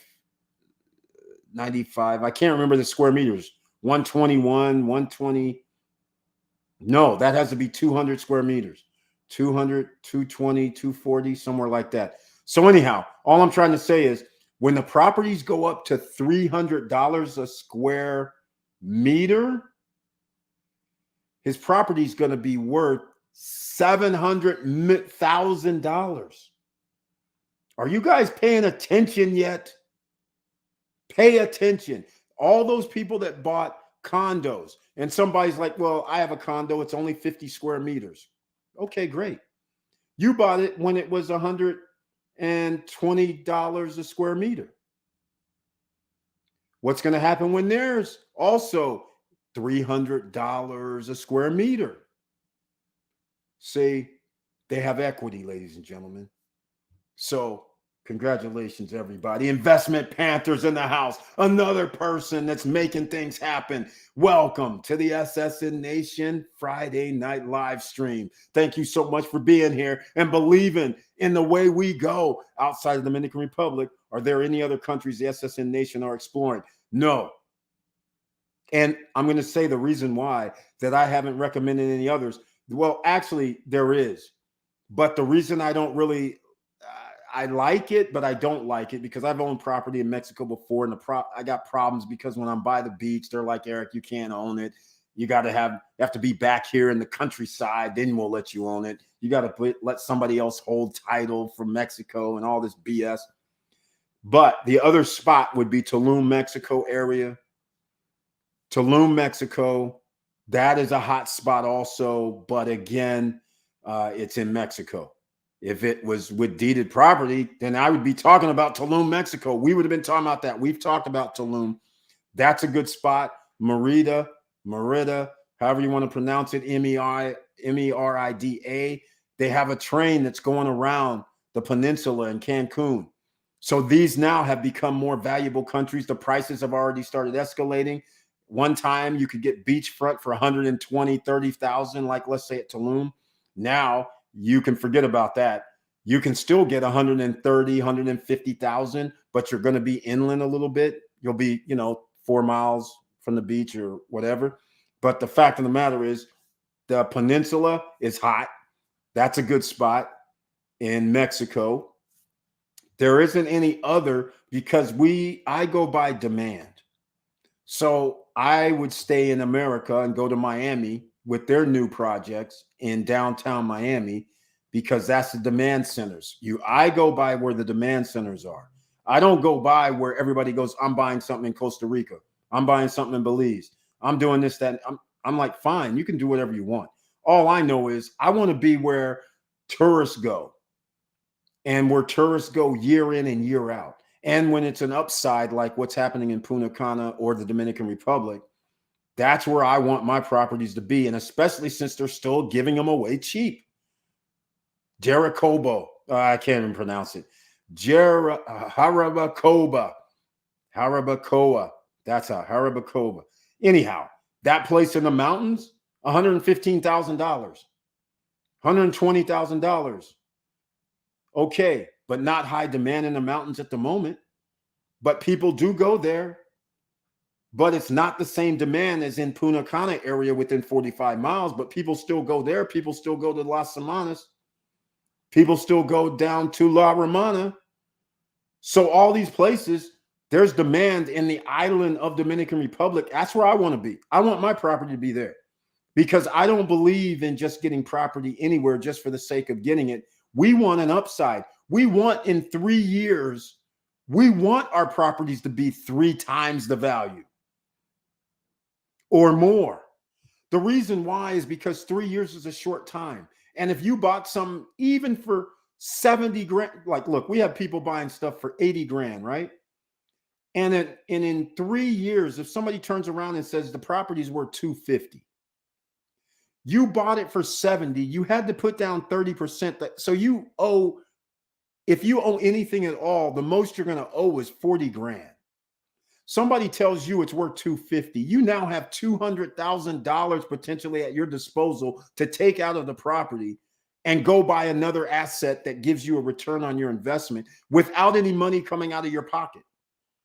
And now you get to roll over. And now instead of just one property bringing in you money, you have 2, and you only use the money from the first time. You don't need any extra money. You're building wealth like clockwork. You don't have to do anything. And now you get to sit there and do some things like this. I'm going to show you guys a message that I received from my cousin. This is funny. I will add a gazebo. Yes, the gazebo for about 5 grand is worth it. And he'll get his 350 to 400. In fact, in 2 years, it actually won't even be 2 years. His thing's going to be done in 2024. So yes, it will be 2 years. In 2025, he's going to be getting more than $350 per night for his villa. The reason I know this is because at Primavera 4, Primavera 3, and Primavera Luxury, they share amenities. So when somebody's staying at his property and somebody rolls around and goes, you know what? The basketball court is kind of crowded over here, and the soccer field and the fitness center. I'll just go to Primavera 3 because they allow it. So now a person will take a bike ride over to Primavera 3 and be like, oh, cool, there's nobody over here. Or they might have called and said, yeah, there's nobody over here working out, and there's nobody over here in these pools. So now you get to go over there. And the shopping center is going to be up the street. So his property is going to be very valuable because there's not going to be nobody can afford a 4-bedroom, 5.5 bath. They're all going to be $500,000, $600,000 in 2 years. In Vista Cana, you can't get a 2,500 square foot house for under 400 grand right now. This is crazy what's happening over there. What's it called? Sabana, where the horses are. They're selling their units that they originally were selling $250,000 for. Some of their units are $600,000 right now. $500,000. $450,000, and they were in the $200,000 when they first came out with their first phase. So ANAC, ANAK, those are $350,000. Now they've even went up to $400,000, and they're 3,000 square feet. They're building those right now. So you know what's going to happen. This is going to get out of control. It's already out of control, quite frankly. All right. So all I'm saying, I got the largest lot. See, there you go. That's the only way. He's smart. He got the largest lot because he was early, and he knew he was going to add the gazebo, which allows for the barbecue grill. And so now he's on. People are going to be loving his spot because they don't have to leave. He has the barbecue grill. He has the pool out back. They just say, well, we love this spot, and all we have to do, we want to go up to that beach club, that man-made beach. We're going to go up to the clubhouse. They're going to walk up there, and then they're going to find out, wait, we got to go do our fitness. Okay. We have our walking trail. Okay. Oh, you guys want to go play basketball? We got that. We got a gazebo down there that has barbecue grills as well. So now you can go do your thing. See, all of this comes into play. There's not going to be any, well, we got to go downtown because we can't go shopping. No, all they're going to say is, oh, yeah, the mini mart and the shops, they're in the front entrance up there when we came in. And then we still don't know, but there's going to be a mall out there in Primavera 5 areas, I'm calling it, because they have another swath of land out there. They already let the cat out the bag to us. They were talking a mall. So can you imagine? A person doesn't have to leave. They have restaurants. They have a mall. All of a sudden, Primavera area right in there, which is other properties are in there too. Those are going to be awesome. Damn, George. That's how you make it unique. You could rent to Snowbirds. Recommend you add space for an office or some kind of desk with internet. That has become a must with Airbnb for virtual work. Guess what, Victor Marrero? He's got a loft area. That's what makes this thing so sweet. He's got a loft area that overlooks the pool. This design is one of the best designs that Primavera has. The loft area, and it overlooks the pool as well. It's sweet. It is very sweet. There is a loft area where it could be an office space or desk with internet. Exactly. He's got that. I have Eric to thank for the idea to add the 4th bedroom. I got my contract. Most people don't even know they can add the 4th bedroom. Exactly. Exactly. Exactly. Well, you're welcome, Georges Charles, and it's going to pay off big time because his property, when it's done, it's going to be, in my opinion, it's going to be worth double the value. I honestly believe it's going to, well, not double, but it's going to be worth $500,000 when they finish it. Maybe not 550, maybe not 600, but it's going to be worth like 500 G's simply because of Sabana, simply because of Anak, simply because of all the other villas being made around there. You can't get the amenities that are in the complex and his house. Hardly anybody has a 4-bedroom, 5.5 bath unless it costs like $1 million, $700,000. They may be bigger homes, but again, this is what we're talking about. He's buying at the right price. This is why you get in now. You can still get in, ladies and gentlemen. This is no credit check, no qualifying, no barriers to entry. So by the time his property is finished built, it's probably going to be worth 350 to 400 G's. He could turn around in 15 months. He could turn around and go, hey, man, I want $75,000 and turn around and go buy another one. That's how crazy this is. All right. And he's saying my competition is low. Not too many places offer 4-bed, 5.5 baths plus amenities. Exactly. In fact, there's only a few, and they're in upscale locations, namely Cocotel, Cap Cana, Punta Cana Village, and out by the water. But again, all these places don't even have the amenities that they're going to have at Primavera 4, Primavera Luxury, Primavera 3.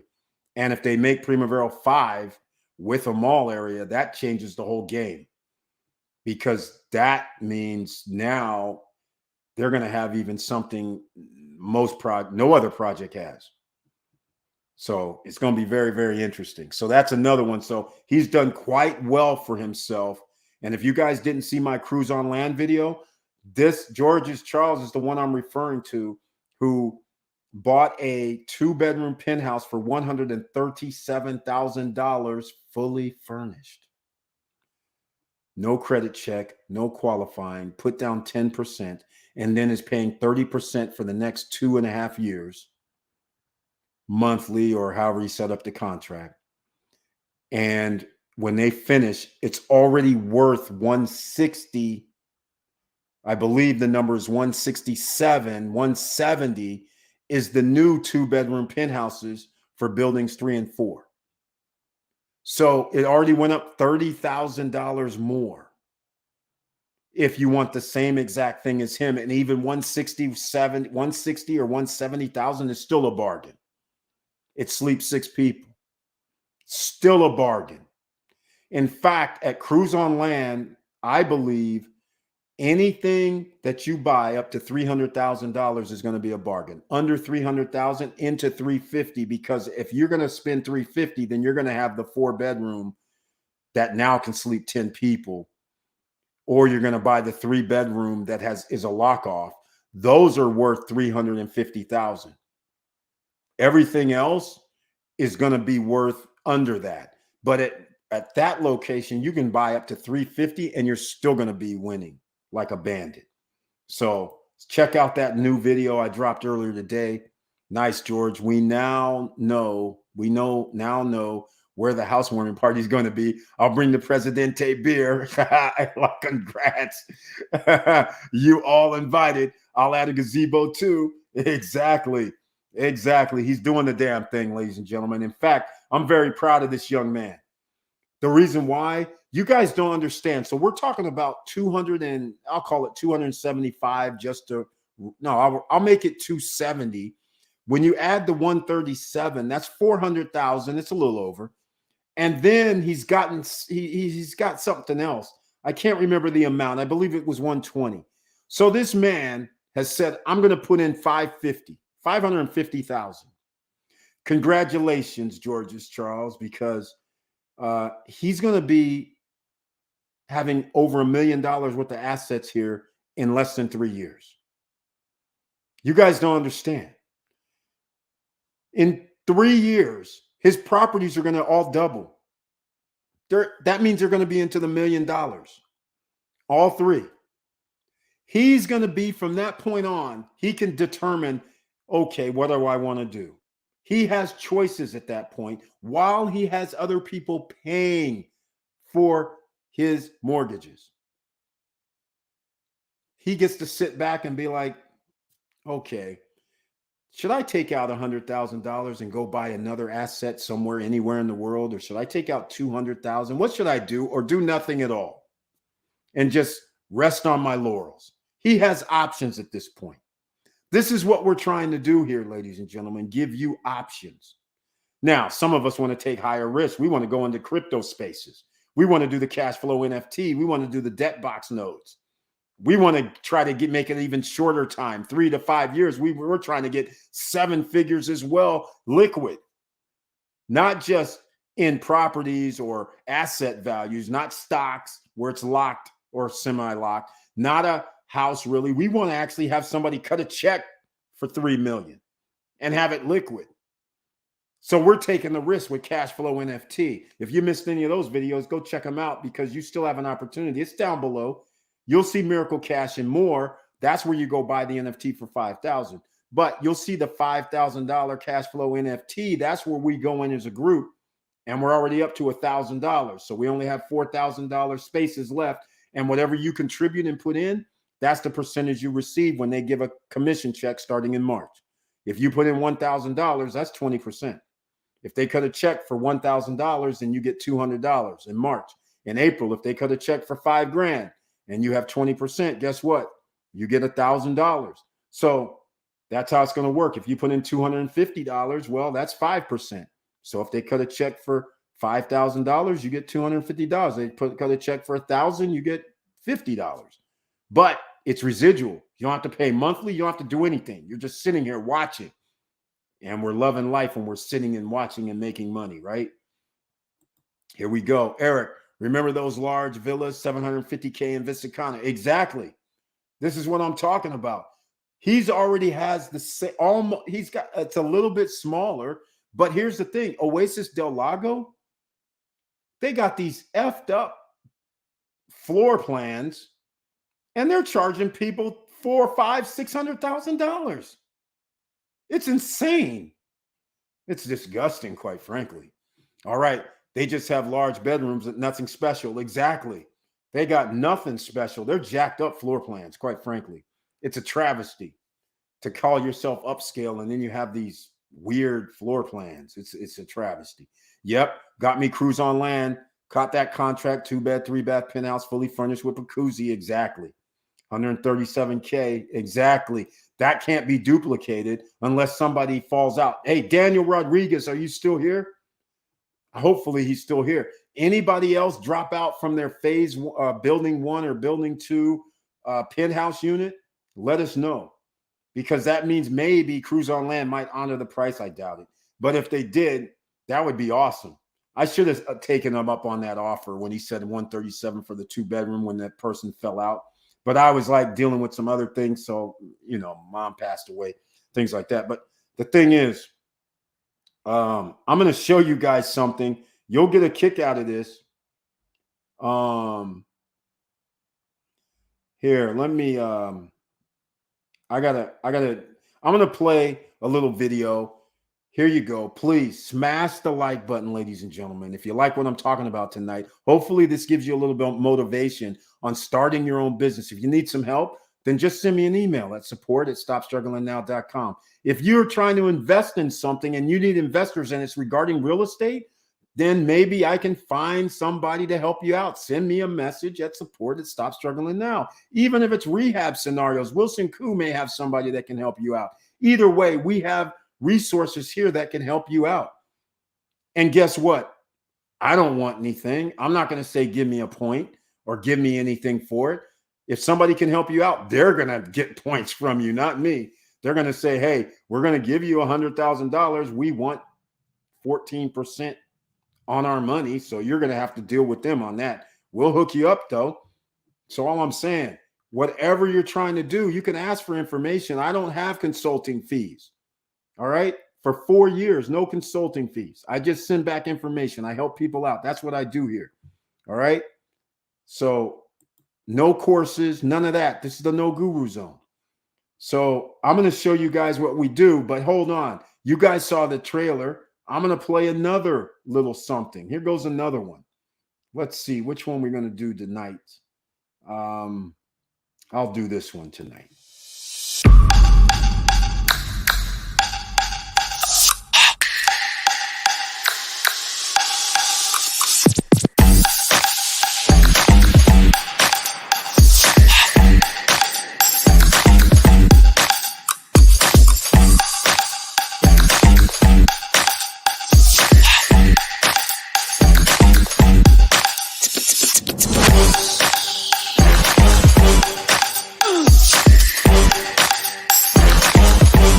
Come on, come on.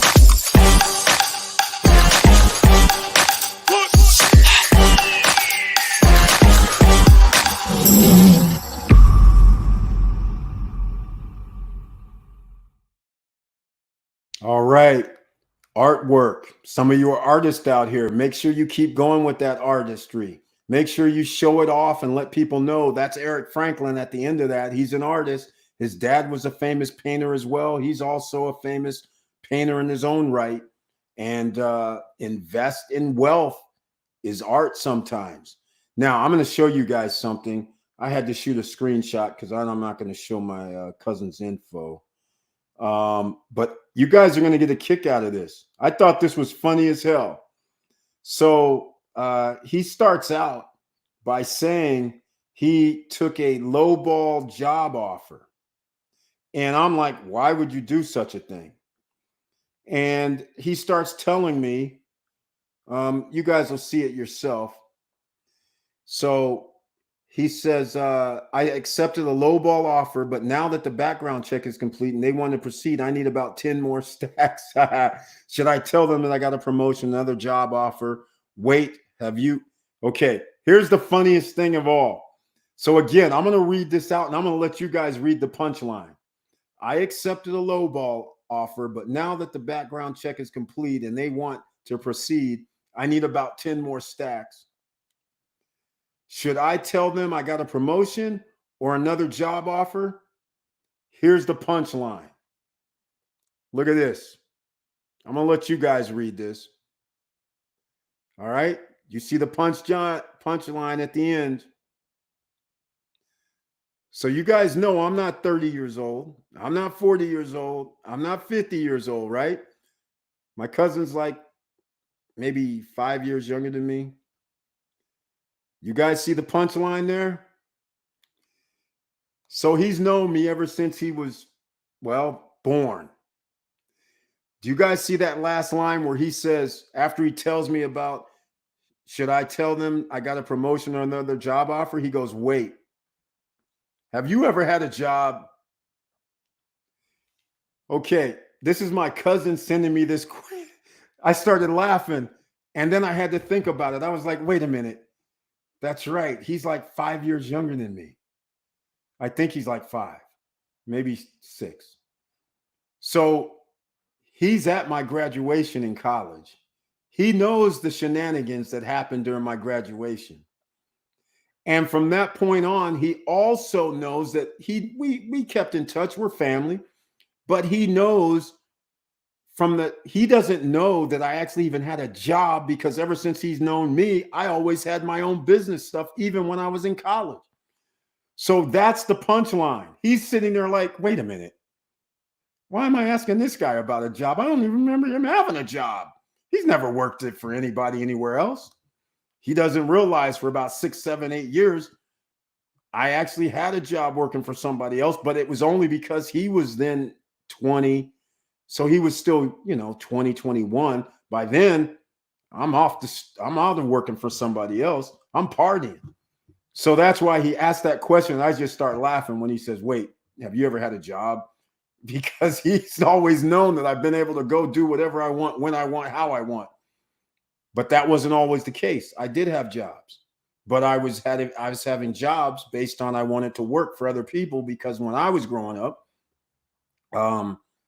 your resume, there was a thing about a resume. If I wanted to do something different, people would say, send me your resume. So my resume needed to say more than, oh, I worked for the Bird Company, or I worked for whatever other company I'm running. Because then people are like, well, okay, you never worked for anybody else. You just work for yourself. That doesn't count. So I said, okay, I'll go working for somebody else and see how this goes. So that's why it's kind of funny that he would say that. All right, let's go. So you got 2 properties. Good for you. No, he has 3. Take advantage of the low price and let appreciation do its thing. He's got 3 properties. He's trying to catch Miguel. That's who he's trying to catch. Primavera Villa, Cruise on Land, and 1 in Vista Cana. Oh my, I'm leaning one more, Larimar. Maybe end of the year, maybe get it. Man, if he gets Larimar and Cruise on Land, this is what I've been contemplating. Because those are, well, he's at all the right spots. Plus Primavera is also one I've been contemplating too, but I can't get all 3. I'm not going to get all 3 is what I'm saying. And I can't. I'm not going to try to extend myself unnecessarily. But the fact of the matter is, he's doing it exponential, what I always say, because Cruise on Land is one awesome location. Larimar is another. They're close by. You get the play off of both of them because it's in the same territory. Similar to when I have my Vegas properties and people go, hey, how far is it from the convention center? And so I say, which one? Because if you're talking about the Venetian, the Sands Convention Center, it's 3 minutes walk. So I get to play off of other venues around the city. So now if somebody's staying at Larimar and now you get to offer, hey, guess what? There's a water park at Cruise on Land. Now, being an owner of Cruise on Land, I would be trying to hook up some sort of special deal. When I bring a guest over, they get a discount, right? Naturally. Now, I hooked that up. So now I can put that into my package and say one day for up to 6 people can go hang at the water park, right? So you get to play. And then the other way, if I'm at Cruise on Land and they have Larimar City over here, and now all of a sudden I can figure out a way where I can get some special perks at downtown Larimar City. Now I get to play each other off by offering people at either location saying, hey, if you stay here, you can go over here, because people are naturally going to be like, wait, what did you just say? There's a downtown with restaurant, bars, and all this. Where's that at? And they'll say, oh, over there at Larimar City. Well, it's only like 2 kilometers away. You're going to be like, oh, hell yeah, let's go down there. Why go downtown Punta Cana? So now I get to play off both. So that's a wise decision. That's why I'm thinking too, Cruise on Land is so sweet that I'm like, why should I even bother? Just do both, because both are going to be awesome. Both are going to be worth it. And you can play off either one. And the hospitals at Larimar and the schools at Larimar. You have other things going on, the malls at Larimar. So now I get to play off of both and have both, the best of both worlds. And at Larimar, you have potentially ocean view on the ridge. So again, any visitors that I can bring over from Cruise on Land and vice versa, anybody that can send it to Cruise on Land. And it turns into other parameters. I can do crazy stuff. I can say, stay 3 nights at Cruise on Land, stay 4 nights at Larimar. Get the best of both worlds. I mean, you could do all kind of mix and matches and do crazy, crazy stuff. I'm strategic, 8.5 million people. I see over 10 mil. Yeah, George's Charles, there will be, my numbers are actually going to be correct because we predicted, I'm not adding the extra 1.5 from the cruises. I'm not adding that. So we did 7.2 million this year, right on course, almost got to the record. Next year, though, they're going to be in the 8, like we said, to 8.5. The year after that, that's when things are going to blow up because we're going to be into 2024. Most of the projects that were started 3 years ago are going to be done. That's thousands more people, which translates into millions. So we're going to have another million added. So 2025, we're going to be at the 9.2, 9.3 to about 10 million. Where are all these people going to stay? Where is 5 million, 4.5 to 5 million visitors in the Punta Cana area going to stay? They're going to stay at those cool places. The ones that people go on by the beach. Like, I'm not going to fault anything. Cana Rock, even though they're going to have all kind of properties, still, people can still, there's still something to be said on by the beach. But the people that get to say, hey, I'm at Vista Cana, I'm at Cruise on Land, I'm at Primavera, I'm at wherever, Punta Cana Village, I'm at Cap Cana, each area has its own reason why somebody's going to spend a lot of money. And I love it. It's going to be awesome. Here we are, George's Charles. That's great. Now you can pick where to stay when you visit. Exactly. Thanks, buddy. I'll be back in March as construction will start and see the models. Oh, man, they're moving. March, I'll be back. How's Cana Rock? Hope Galaxy available soon for you. Yeah, he said Galaxy got a video of construction for Cana Rock, Star, and Galaxy. Also got an email with their respective delivery dates. I'm supposed to be closing March through April 2024. Yeah, I'm very skeptical. If anything, I don't know. They would have to put all hands on deck to make it happen in a year. I can't see it. I'm going based on at Vista Cana, where they have Panorama Lake.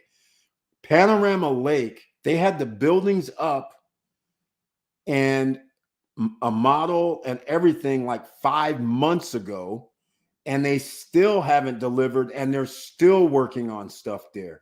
So that's just the indicator that I'm going by, that even though they're nearly looking like they're done, they're not done. And they're going to take 6. So if they're taking that long to do that, I just can't see how Galaxy is going to be done in a year. That's all I'm saying. 12, 14 months. I just don't see it. But hopefully, because as each month goes by, losing out on cash flow here. All right, ladies and gentlemen. That's next year. Yeah, it's next year. Good evening from Chili Davis. Welcome to the SSN Nation Friday night live stream. Thank you so much for being here. And he brings a tagline. Good evening, SSN family. ABMM, always be making money. That's what we're talking about tonight. People are broke, Chili Davis. And by the way, Chili Davis is known as Mr. Financial here. And Chili Davis is now in these YouTube streets with his own channel. So go show some love. He gives out daily information and updates. You just never know what it's going to be based on. But it's based on the stock market. It's based on financial tips, news and information, earnings reports. Sometimes it gives you an idea on, oh my God, I'm missing out on this investment. So you do all of that, ladies and gentlemen. All right. That's how simple this is. Go check out his channel. Show some love. Subscribe to his channel. And check out a few videos and make sure you click the all notification bell when you subscribe to the channel. That would be greatly appreciated. He's part of the family. All right, let's go. Remember, Galaxy will only have less than 160 apartments, so it's technically a small project, so we'll see. Victor Marrero, I like your optimism. I have to say, you're more optimistic than me. The reason why I don't count Galaxy by itself is the same reason that I can't count any project in Vistacana by itself because I'm competing with everybody in the project. So the fact that these guys are going to have like 10 other projects in there, you're actually competing with other people simply because, as you know, let me put it to you another way. Because since you own it, Margaritaville, it's this simple. If Margaritaville if they start making new cottages, which I believe they're doing, if they started making more cottages that are similar to the cottage you have, and those people in those cottages charge half as much as you guys charge in your cottages, that will affect you. There's no way around it. Because people are going to go, well, wait a minute, they're charging me $500 a night, and this cottage is the same square footage or nearly the same. Take away 100 square feet, and I can pay $250 a night. That's going to affect you. So whenever somebody sees that, yes, you're in Galaxy, yes, it has underground parking, yes, it's the closest to the beach. Those are all selling points. But in reality, how much more can I charge when there's other 2-bedroom units that are charging $125 per night? And now I'm sitting there going, hey, I want $250. People are going to be like, okay, he's closer to the beach, but we're all in the same area. So there's a fine line between what we can and can't do based on what else is in the area. So at Vistacana, you have different communities. What I mean by that is, if somebody owns at the Wave like Laverne Penix does, they have their own amenities there. But if somebody owns in the townhouses or villas across the way and they don't even have a pool, now all of a sudden, who has more value? Now there's a difference. So now he owns at the Wave, but somebody owns a 1-bedroom at Panorama Lake. Well, the difference is the Wave is right next to the sports complex. Panorama Lake has its own lake and is closer to the lake. So each section has its own selling point where somebody's going to go, okay, I'm going because I like it's close walking distance to the lake. All right, fine. Some people would be like, well, I love sports. I like jogging, working out, doing whatever. So I want to be by the sports complex. So it changes the dynamic. Everybody's in the same complex. Everybody can actually go. Well, you can't go to Panorama Lake and use their facilities. So we're not the same. And just like you can't go over to the Wave and use their facilities, we're not the same because you're in the villa. You don't even have a pool. You're not walking over into the Wave. You don't get security clearance. So we're not all the same. Everybody's not equal. It's not open. So if Vistacana was open, now that would be a different story because everybody's amenities would be the same. And that's all I'm saying. There's no real amenities that are different from anybody out there on the golf course. Everybody's going to have a fitness center. Everybody's going to have a pool. Everybody, I think, has a restaurant. So unless there's something else that I'm missing other than the beauty of the building itself, the space, Galaxy, they're going to be cool buildings. At least they look like in the renderings. But that presents a problem when everybody's on the golf course, in my opinion. And it's actually coming to fruition now without you guys having Terra, Space, and Galaxy being available. You already have people who we just had the experience, which is a travesty, in my opinion, where people are spending at Hard Rock Casino and Hotel $1,100, $1,200, $1,300 per night right now. That's how much people are spending. But yet I can stay at Connor Rock 2 bedrooms, not even a studio, 2 bedrooms, and spend $125 a night. Meanwhile, people are staying at the Hard Rock for $1,300 a night. They're willing to spend $1,300 a night, but not the $125. And they could actually buy stay in a condo for $125 and then pay $150 a night for a bracelet per person, and they'll still cost them less by staying in the condos. But I can't charge $500 a night to stay in the condo, or $400 a night, or $300 a night, because we don't get the same amenities. as Hard Rock customer. So that's the only problems that I see thus far. But everybody bought under 300 grand. So everybody wins. Even if they charge 75 a night, they're still going to win. Even if they charge 90, it doesn't matter. You're still going to win. Still going to get 10 to 15% return on your money. And over time, it's going to go up due to demand. But we're going to find out. It's an experiment, but everybody's going to win no matter where you bought. Doesn't matter. As long as you didn't spend like 400 grand for a condo, you're probably going to be fine. And you didn't. So we're all going to win. Everybody's a winner. Just buy before this year's over. And this also applies with the house because I mentioned something earlier before we started. The Federal Reserve may have pulled this off, ladies and gentlemen. They might have made me a liar. They might be saying, Eric, we heard you talking mess. We heard you talk 50% housing prices going down. We actually are going to turn this around because we're going to actually start reducing rates mid-year or August, September. They might have staved this off, ladies and gentlemen. If they do, because guess what else happened? Whoever's manipulating the mortgage rates, I don't know if you guys know this, but they reduced the mortgage rates a little bit. So people were like, hold on, let me go buy a house right now. So this is staving off the 50% decrease in home value. So the mantra, buy a home in 2023, may not be able to happen, but we still buying a home in Punta Cana, though, or Dominican Republic. Doesn't have to be Punta Cana. Do your due diligence. Go pick a spot.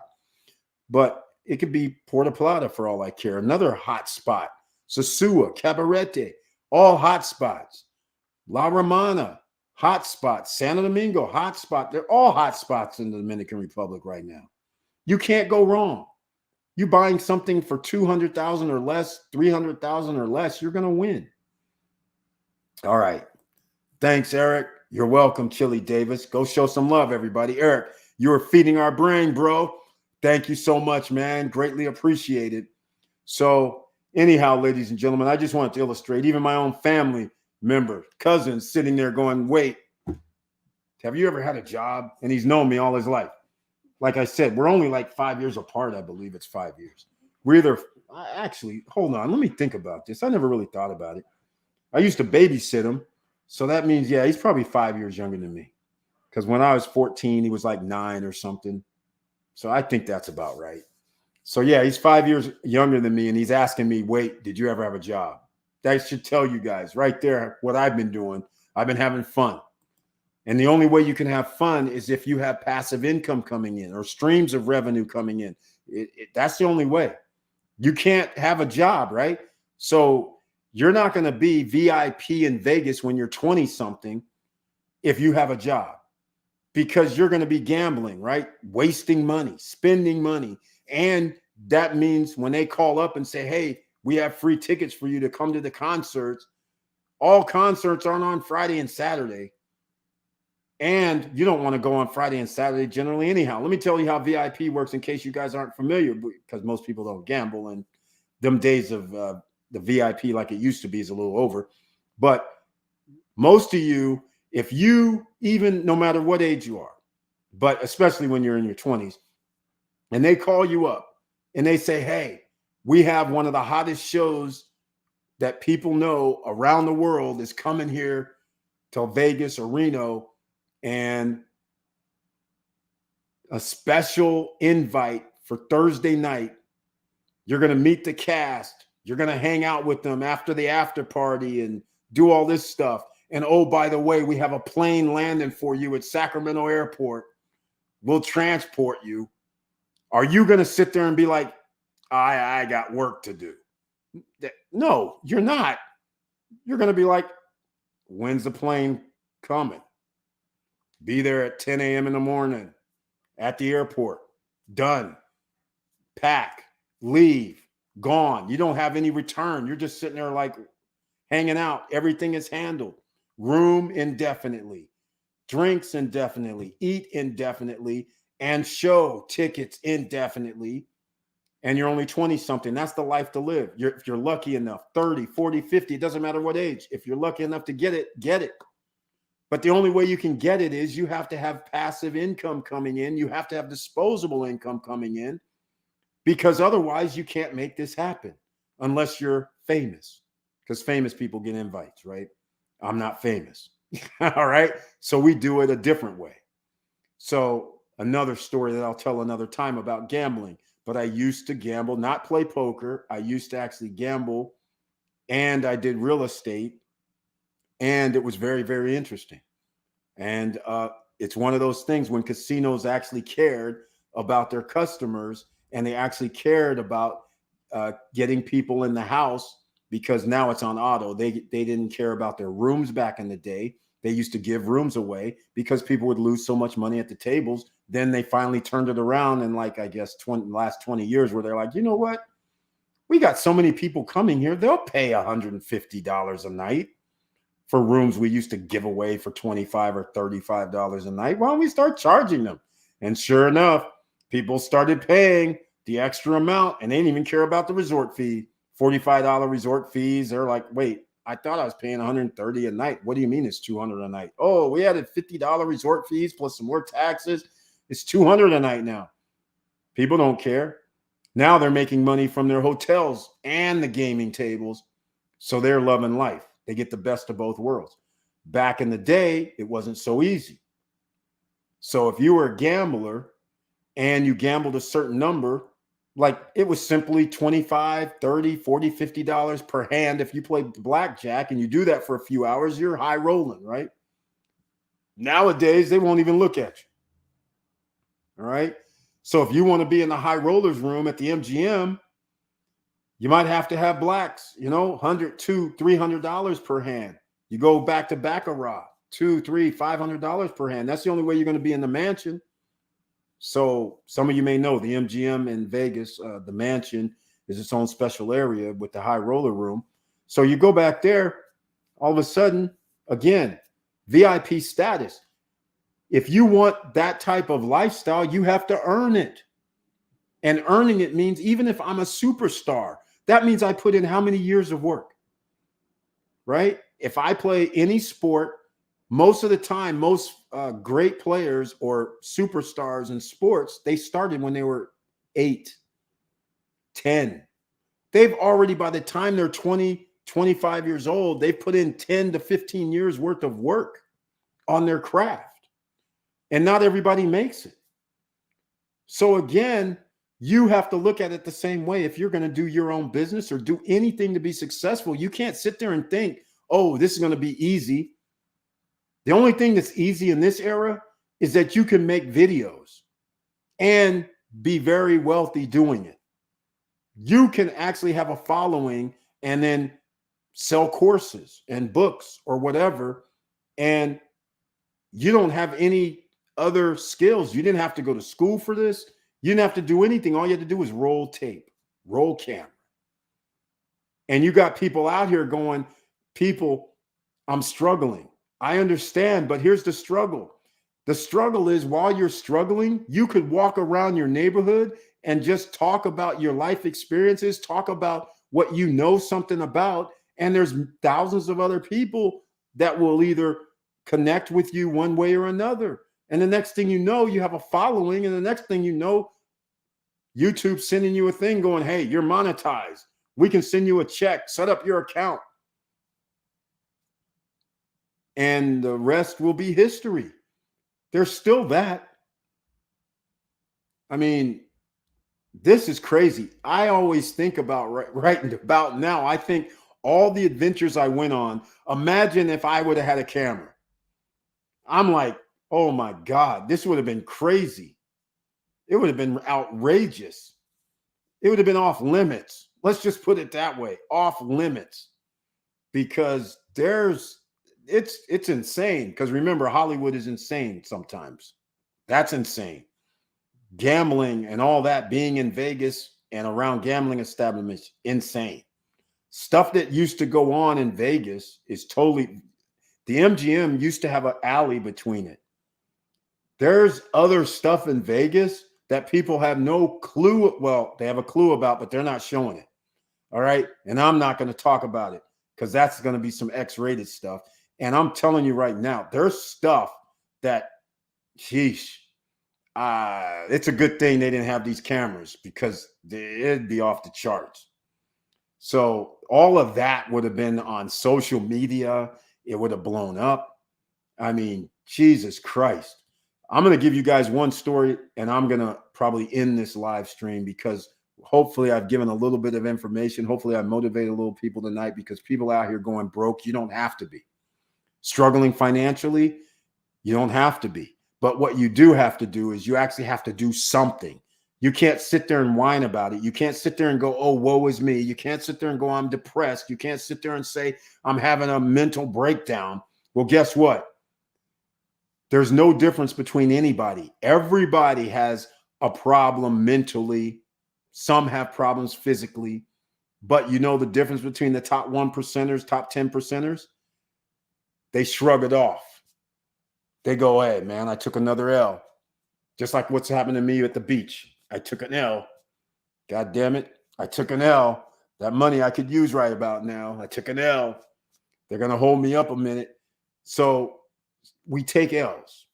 And my EasyTron bot, another L. Got to shrug that off. Oh, though crypto lost 99% of its value that I put all that money in, 4 or 5 projects gone. Damn, took some more L's. But you know what? We still got to keep going. We took risk. Your life is a risk. When you get in the car and drive, when you walk across the street, that's a risk. So think about it. Are you going to risk so you can live a better life? Or are you going to risk and sit there and go, woe is me? We can't have that out here, ladies and gentlemen. You got to put it in the work. Facebook user, man, I appreciate everything you spoke about. Mad respect, bro. Thank you so much, man. Thank you so much for your support as well. I appreciate your comments. Thank you. This is why I started the channel, to try and help people out. And we're doing it in several different ways. Again, I'm going to tell you guys, if you don't have any money, but you do have a way to watch this, then there are a few things that you can do. You can always be an affiliate. And it doesn't have to be anything crazy. Most people are like, oh, yeah, I can be an Amazon affiliate. They're only going to give me like whatever, 3%, 5%. Yeah, that's kind of chump change. But we have a Miracle Cash and More down below, which is the cash flow NFT is backed by Miracle Cash and More. It's actually stores. Use the link down below. You can sign up with Miracle Cash and More and become a free affiliate. You can promote the Miracle Cash and More by sending people to buy the $5,000 NFT. Guess what happens? You receive 10%, which is $500. $500 is significant if somebody buys the NFT. But here's the help. They have live streams Monday through Friday at noon and Monday through Thursday at 10 p.m. to help you bring people to the live stream and sign people up. So again, you have a way to make extra money and maybe even enough money to buy your own NFT. That's one thing. Or you can spend $250 increment, $250, $500, $750, take your pick. But as low as $250 and join in the group economic plan, which is known as the $5,000 cash flow NFT. Check out the videos. I'll play the video actually while I'm thinking about this. But here's the other thing. We have something called SSN Lifestyle that also has a free affiliate. And that's something that also we have a Ring of Fire. And that's part of Ring of Fire is the cash flow, $5,000 cash flow NFT. But I don't have anything with me. I changed bottles, by the way. I showed it the other night. But we have health products that you can actually sell, market, sell at wholesale prices even, and you receive commission. You don't have to own anything and make hundreds of dollars per month. And residually, because if somebody reorders, you get the residual commission. That's just one thing. We have other stuff too. Vacation rental properties are there. So somebody, you can promote that. You have your own link. You can promote that. Somebody signs up. Guess what? You receive commission. So when somebody said, hey, I'm going to stay at the CES show, and the 2-bedroom was, I can't remember how much it is. It's probably still there. But it was, let's just say $1,000 for 3 nights. People paid me $1,600 for 3 nights. So imagine you had something you could offer to somebody for, I believe it was $1,000 or $1,100 for 3 nights, and you're getting like 15, 20, you're making $200 or $150 or something like this, depending on which levels you're at. But I'm still talking, you don't own it. All you had to do was tell people I got something for the CES show, a 2-bedroom by the Sands Convention Center. And you're sitting there like, again, these are the opportunities that you rarely have. You don't have to buy a book. You don't need a book. You don't need any course. You don't need anything. There's people out here right now. You're sitting there going, Eric, I want to do real estate. And I'm listening to these clowns talking about subject to. I'm listening to these clowns talking about all this crazy stuff. But I don't have any money to do rehab. Right. Exactly. I don't have money to even buy it. And by the way, I'm having a hard time because all these people that actually I can get the property at a lower price, they won't do this crazy nonsense creative financing. They want their money. So where are you going to go? You got to go see Wilson Koo. He's here. You got to send me an email. Support at Stop Struggling Now. I'm here. Search the channel on my friend Willie Red, who buys the hotels. He's here. Funding is here. If you have a will, you have a plan, there's a way. You just got to have a real plan and a real will and a real way. It's got to be making money most of the time, or some money has to come in. If you want to do rehab, that's a whole nother story. But if there's a property you're buying and it's an investment property and somebody goes, hey, it's worth $1 million. We have $100,000 a year coming in. You need $250,000 to buy it, right? Well, where are you going to get $250,000 from? Well, then you should be hitting up support at Stop Struggling Now. You should be hitting me up. You should be hitting up Wilson Koo at quickeasyfunds.com. Because we'll have people that will look over this deal and go, okay, you have $100,000 a year coming in, not a month, $100,000 a year. I mean, coming in. If I give you $250,000, I need 10% is 25. So let's call it 15, worst case scenario. So I need 37.5. So I need $3,000 per month for my interest. You're only making like 9 profit-wise. So yeah, you can afford it. You only make 6 now instead of 9.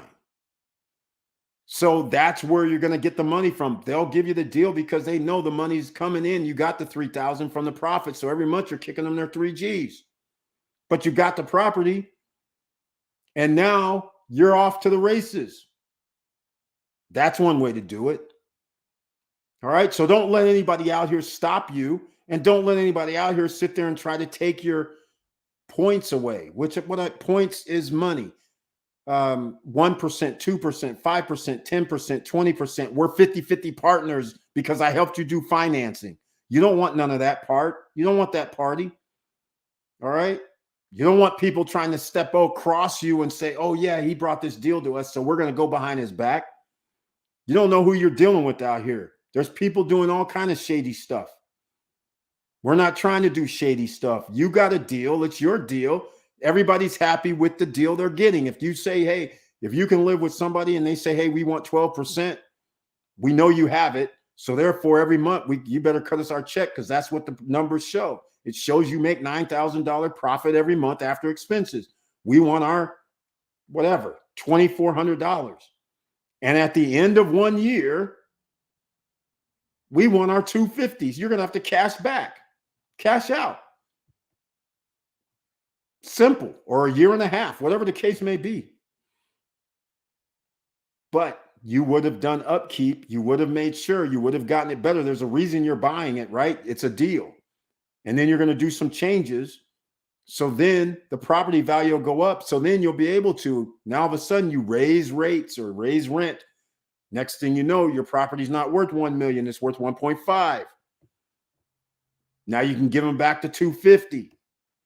Simple, and keep going because now you have an actual investor from that point on So think about this, ladies and gentlemen. We're putting you in position. All you have to do is say, hey, I can do this. And even if you don't think you can do it, that's the other thing people are caught up with. They're like, no way I can do this because I don't know nobody that has $100,000. Well, guess what, ladies and gentlemen? Use me. All right. Send me an email. Say, hey, I have a project, but don't come with some funky stuff. It has to have a rate of return. Nobody's going to give you money because you go, oh, I think this is going to be worth gazillion dollars. And they're going to simply ask you, how much does it make? And if you go, well, it doesn't make any money right now, then they're, hey, I'm not going to get paid back. I'm not going to give you any money. Think Shark Tank, ladies and gentlemen. These guys rarely invest in companies that have no revenues, no profits, because they know the odds of what's going to happen. If company doesn't have any profits coming in, how are you going to pay me back, first of all? Second of all, your failure rate is going to be damn near 99%. So why am I going to give you money? So it has to be some real deal. It has to be something that actually gives a rate of return, and you have to increase the value somehow. That is your number one thing you want. Sure, somebody will give you money for some regular business you want to start up, but that's a whole different animal. I don't even want to deal with that kind of stuff personally, and that's why I'm telling you right now, don't send me any messages for woulda, coulda, shoulda stuff. You have to say, hey, here's the project. This is what it is. This is what the numbers are, and they're verifiable. Everybody can verify it. The guys who are going to give you money, they can verify it. There's an accountant involved that signed off on this. This is all good. These are real numbers. Here's your tax return. This is the person's tax returns that they filed this stuff on, certified. All good, all legit. You went through the books. You're showing the books. The investors go through the books. They see the books. Everybody's happy. Everybody's to their satisfaction. Okay, this property makes $250,000 a year, or $250,000, per year. Okay, the dude only wants 1.8. Okay, it's worth more than 1.8, so that's a deal. Hell yeah, we'll give you the money you need to get it. We just want our, whatever, 75 G's a year. That's it. All right? And at the end of the year and a half, you got to give us back the rest. Simple. It's not that hard. All right? All right, man. All right. Thank you again. I wish I had your name, but thank you so much. One of the members of the group on Facebook. I appreciate the comments. You aren't alone. We have all taken the big L at some point, but we have also taken W's. Exactly, Victor Marrero. That's what makes this game of life so awesome. You know, just like when your game of life is like sports. Even if you're the best, you're going to lose a game. You might not win the championship, but you might have won 20 games. You might have lost 3, one being the championship game. You might have won. You might have not been the, what is it at school with the smartest person? Is that the valedictorian? You might not have been the valedictorian, but, you know, you still had one hell of a life. You know what I'm saying? You just, you go with the flow. You can't win them all. You might have been the dumbest guy in the class by grade wise, but are you really the dumbest guy in the class? Hell no. Speaking of that, don't let somebody else's scale judge you. Because as they say, you put a fish outside of water, the success rate is very low. It's that simple. I'm going to give you guys one last story and something to think about and motivate you on. Plan for your money, otherwise somebody else will. Exactly, Chili Davis dropping some gem there. He's exactly right. I'm going to give you guys something else to think about. Here I am growing up, all right, in America for some of the time. And I go to school. And again, I've told part of this story before. I do, you know, what was required, book reports, writing some essays and doing all this stuff. And I learned early on when I'm like 6, 7, 8, and I'm writing essays, I'm doing all this stuff. And I was very lucky. My parents which some people may not even know what these are, encyclopedias. In other words, Google in books. And I was lucky enough where my parents had a whole row of encyclopedias, the whole thing. So here it is. I'm getting my research from encyclopedias, from the library at school. I'm writing essays, I'm writing reports, and my teachers would give me C+, B's. And I'm like looking at, after class, I'm looking at my classmates, and they're like, "Ooh, I got an A. Ooh, I got a B+. Ooh," they're all giddy and happy, and I'm looking at my awesome report, C+. C, what the heck? So then I start reading their reports, and then I'm just like, whoa, wait a minute now. Teach, hold up. I just read like 3 or 4 of my classmates' reports. They don't even come nowhere near leaving out information. Actually, misinformation doesn't make sense, but they have a higher grade than me. She's like, "Oh, Eric, well, see, with your report, you didn't put it in the right order or something." I'm like, "Excuse me? No different than the guys you gave A's and B's to. What are you talking about?" And actually, they're missing out information. I said, "I'm very lucky. I have all the info." I'm like, and I got it all in paragraphs and laid out perfectly and everything. They got run-on sentences. They don't even have it paragraphed out. I'm like, "Yeah, but you get a C+." I was like, hold on. So even though I know for a fact I did better than them, you're giving me a grade below them? So right then and there, I started realizing at an early age, everything that somebody sees is not the same as what you see. So if you think you can be successful and somebody else doesn't think you can be successful, you can't let them influence you. You have to be like, hold on now. I put in the work. I know what I'm doing. I can't sit here and listen to these other people telling me you're not good. You can't do it. You have to believe in yourself. All right. So that's number one. No matter what you do, even in your investments, you do your due diligence. You have to believe wherever you're putting your money, that's what you believe in. If it falls apart and doesn't work, you thought that was the best thing you can do. Now, if it was straight up, you believed way too much and didn't do the due diligence, and you just said, well, I disregard the numbers, I disregard what I think, then that's on you.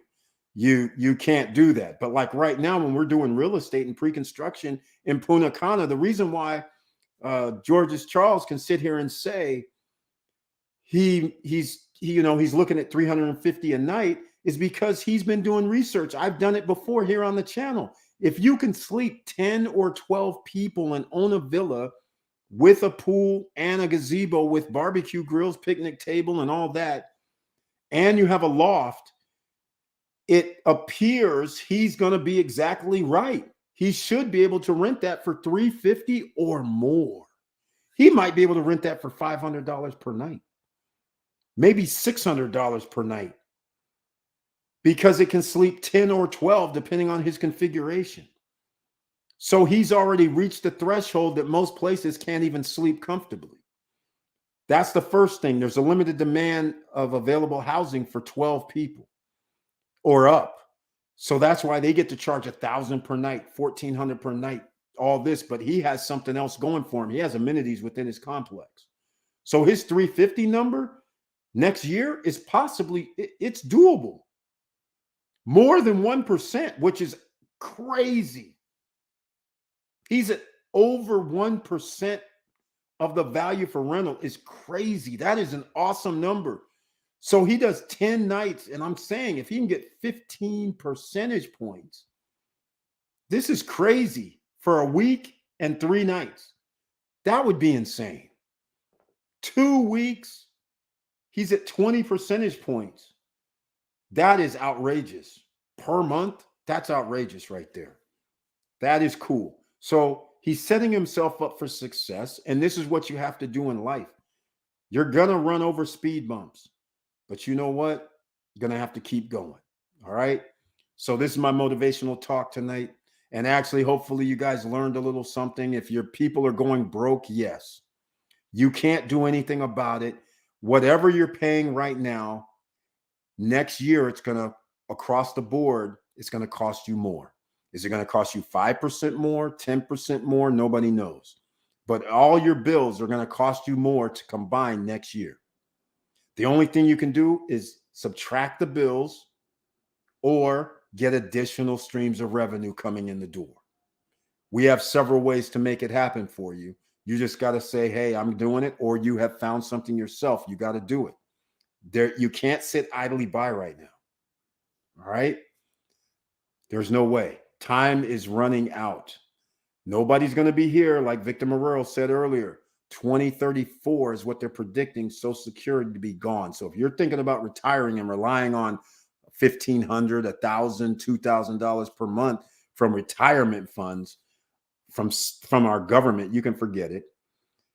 And if you're going to believe that a 401k and a pension fund is still going to be around, because pension funds are underfunded, they're going to implode eventually.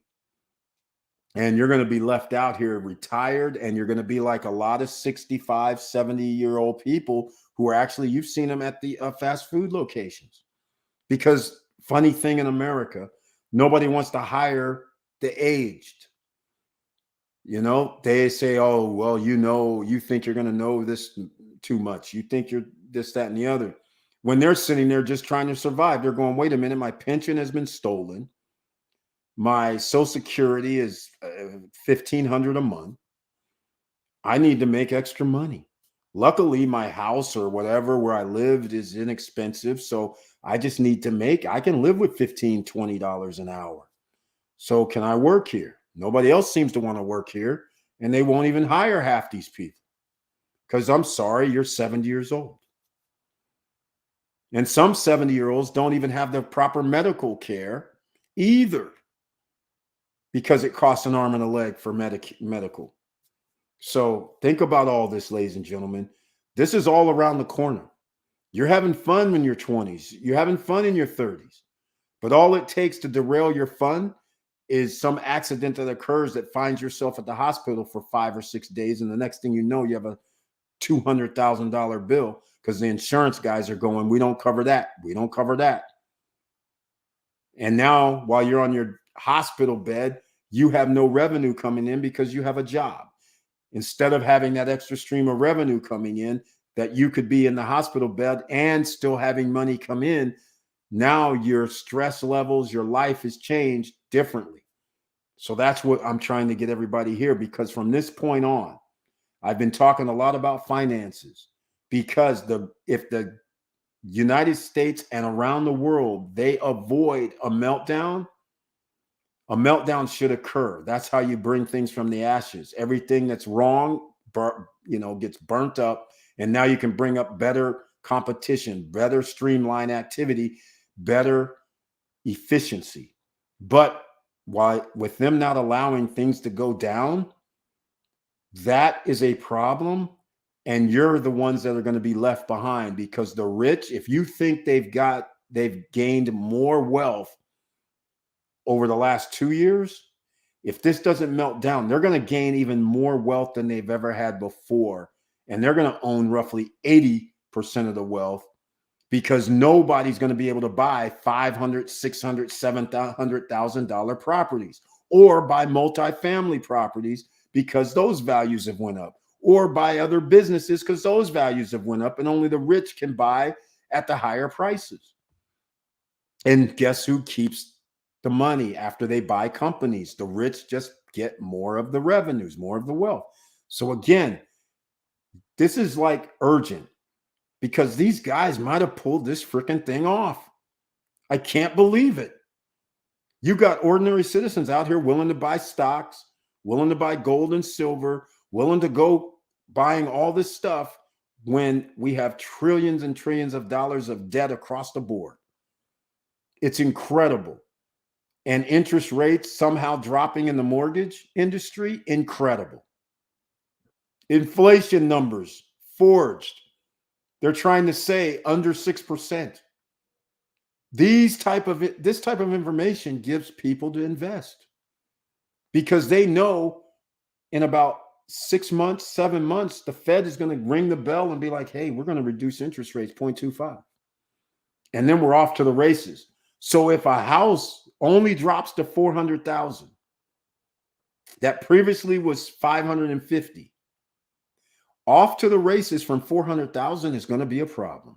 Because if you get another 20% year over year, that house now is 480.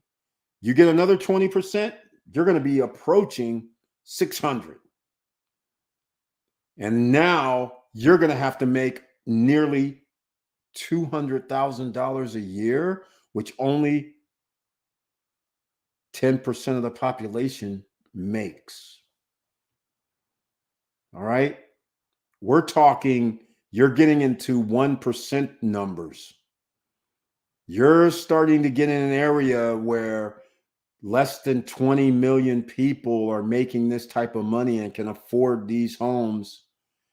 And now this is going to be a huge problem because where are you going to live when they're going to make rents at apartments where more people have to move to apartments, trailer homes, whatever. And they all say, well, it's $2,500 a month, $3,000 a month. You got to make almost as much as the top 10 percenters to live there as a household. That's crazy. $150,000, $75,000, $100,000 a year household income to living in a 2-bedroom apartment. This is getting crazy. So watch out. If they are able to stave this off, we're going to be in for a wild ride for about 5 years, and then there'll be a crash. But for everybody that got their stuff for the real estate, downtown Miami, Punta Cana, Tulum, Mexico, Asia, Thailand, Vietnam, I don't care. You're all going to be winners anyhow because you bought at the slowest rates ever. Kids are going to be going, man, I can't believe my granddad bought a condo and, well, we'll use George's Charles, bought a villa in Punta Cana for $270,000. That's what kids are going to say when he's a grandpa. They're going to be like, I can't believe it. How are houses $270,000 when every house is $1.5 million? When was this? That's what they're going to be saying. It's crazy. This is what's going to happen. So, all right, ladies and gentlemen, so stay tuned. We're going to be here again on Monday night, so please join us. Money Making Mondays, and we're going to keep talking about Money Making Mondays. But tonight, I had to bring the cold hard facts. Tonight, we had to talk about it. Because I'm fearing I might be wrong about the 50% housing crash. And if I'm wrong, we're in deep trouble. We need to start making 20% more in money like ASAP. ASAP. And the only ways you can do that is plan now, because in about a year, this is whatever you're buying right now is going to be a lot more. All right. So let's get to it, ladies and gentlemen. If you have anything else you want to talk about, please make that in the comments section. Otherwise, see us on Money Making Monday live stream at 8:50 p.m. Eastern Standard Time. And make sure you check down below. Get your free shares of stocks from Robinhood and Webull if you haven't already.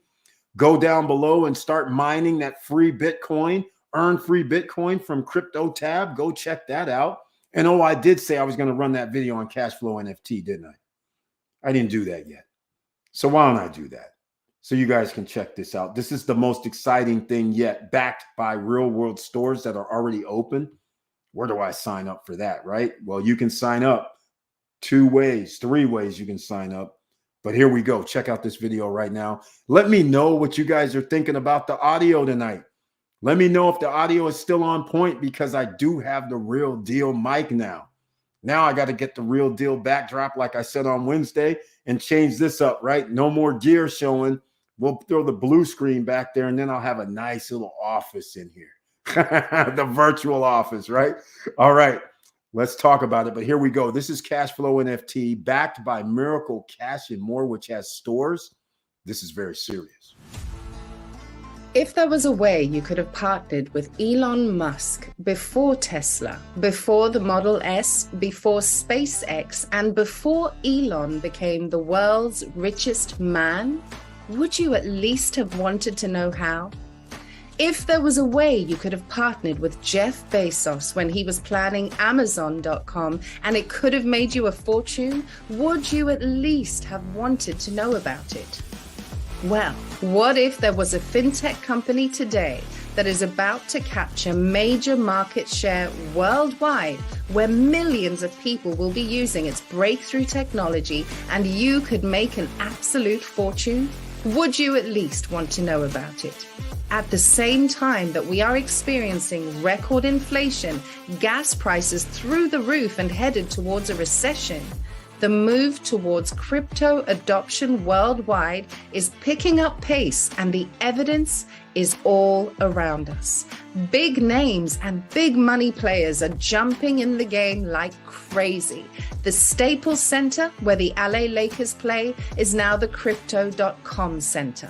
The Super Bowl, the most expensive commercial time on television, featured 6 cryptocurrency ads. Tom Brady, Matt Damon, LeBron James, and Larry David all made appearances in them. Facebook changed its name from Facebook to Meta. The rapper Eminem bought a Bored Ape, an NFT, for $450,000.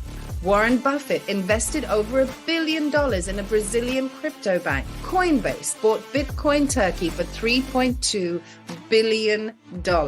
You know what they say, success leaves clues. Whenever there is economic change in the marketplace, there are economic winners and there are economic losers. It just depends on what side of the equation you end up on. They also say that timing is everything. How would you like to get in on the next big thing? Are you ready for a miracle? How would you like to own a piece of Miracle Cash and More? The first to market brick and mortar crypto stores, crypto on the street, with stores in every major city all over the world. Unlike the faceless online competitors that have no phone number to call, no physical address, and no one to talk to. Miracle Cash and More stores are fully regulated, licensed, and our wallets are insured by Fireblocks. At Miracle Cash and More, we own our own cryptocurrency exchange. We own our own stablecoin. We own our own ATMs. We own our own merchant terminals. And guess what? We get paid on every single transaction. The secret, if you want to call it a secret, is to get involved before the whole world knows about it. Position yourself in front of the masses before the masses react. Here's the current offering. There are only 1,488 shares of the Master Franchise Agreement for all of the United Kingdom. Each share is projected to profit over $100,000 in year 1, $200,000 in year 2, $400,000 in year 3, and $900,000 in year 4. We have an exit strategy that projects a payout of over $10 million per share. And what does that cost to you? A one and done payment of just $5,000. And of course, you can buy as many shares as are still available. Now the question is, do you at least want to know how? I sincerely hope so, because the best is yet to come. All right, ladies and gentlemen, the best is yet to come. That's Miracle Cash and More. You see, it's backed by Real Stores. In the UK, NFT, so it's United Kingdom NFT. There's roughly 150 left, I believe. So we have one group that has it. They're in. We're going to have a second group, hopefully, to get in as well. We got that $5,000 cash flow NFT opportunity. We have 4,000 left on the second one. So this is pretty awesome. You can put in a minimum of 250, and it has to be 250 increments. If you use PayPal, make sure you check the transaction fee is going to be paid by you. Otherwise, they take off around 3.5 to 3.8%. So for every 250, just call it $10 off. So that means you might pay 250 using PayPal, but they only give us 240. So whatever that percentage is, 4.9, 4.8, that's what you're going to receive on the commission payout. Now, you can pay with crypto, USDT. That works as well. All right. So, and the many different chains you can pay USDT on. So all of it's covered. So you can get in that way. But again, it has to be increments of 250, 250, 750, 1500, 1250, 1000, 2000, 2250, so on and so forth. So that's one way to get in. And again, there's plenty of support every day. Even on Saturday, sometime they have a Q&A, and you can go see Boogie Gopher Club online. But again, there's several different things you can do. Check out the links down below. All right, that ends it for the night, ladies and gentlemen. Thank you so much for being here once again. I love you guys. Hopefully, I'm bringing you some information that you can use going forward. And everybody, make sure you get extra streams, because you never know when something's going to happen. My daughter got in an accident. Luckily, nothing happened. Somebody T-boned her, but fortunately, they were going at a not a fast rate, so she didn't get injured, shook up, hospital, or anything like that. But the fact of the matter is, at any given moment, she could have been incapacitated, not at a job, and now without a second income stream coming in passively or semi-passively, then she would not be able to make ends meet. So luckily that didn't happen, but I'm just trying to give you an idea. She was just driving around the corner in the neighborhood across from where she lives, and somebody came around the turn and hit her. It's crazy. You just never know what's going to happen. So just keep all those things in mind, ladies and gentlemen, while you're out here slaving away. I call it slaving away because most people are.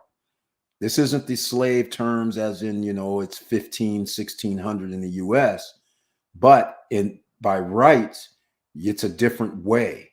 You're working, only have a few hours to go to sleep.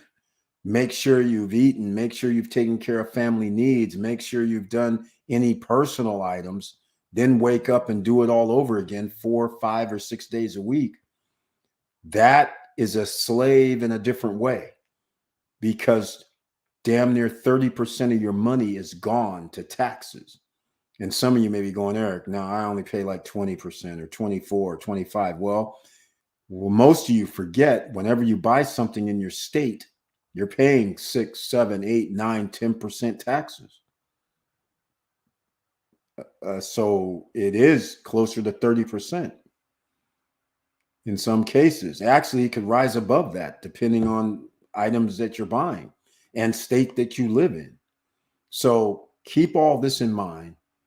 Dedicate yourself into making extra streams of revenue in 2024. As I've been saying, passive income was last year, 2022.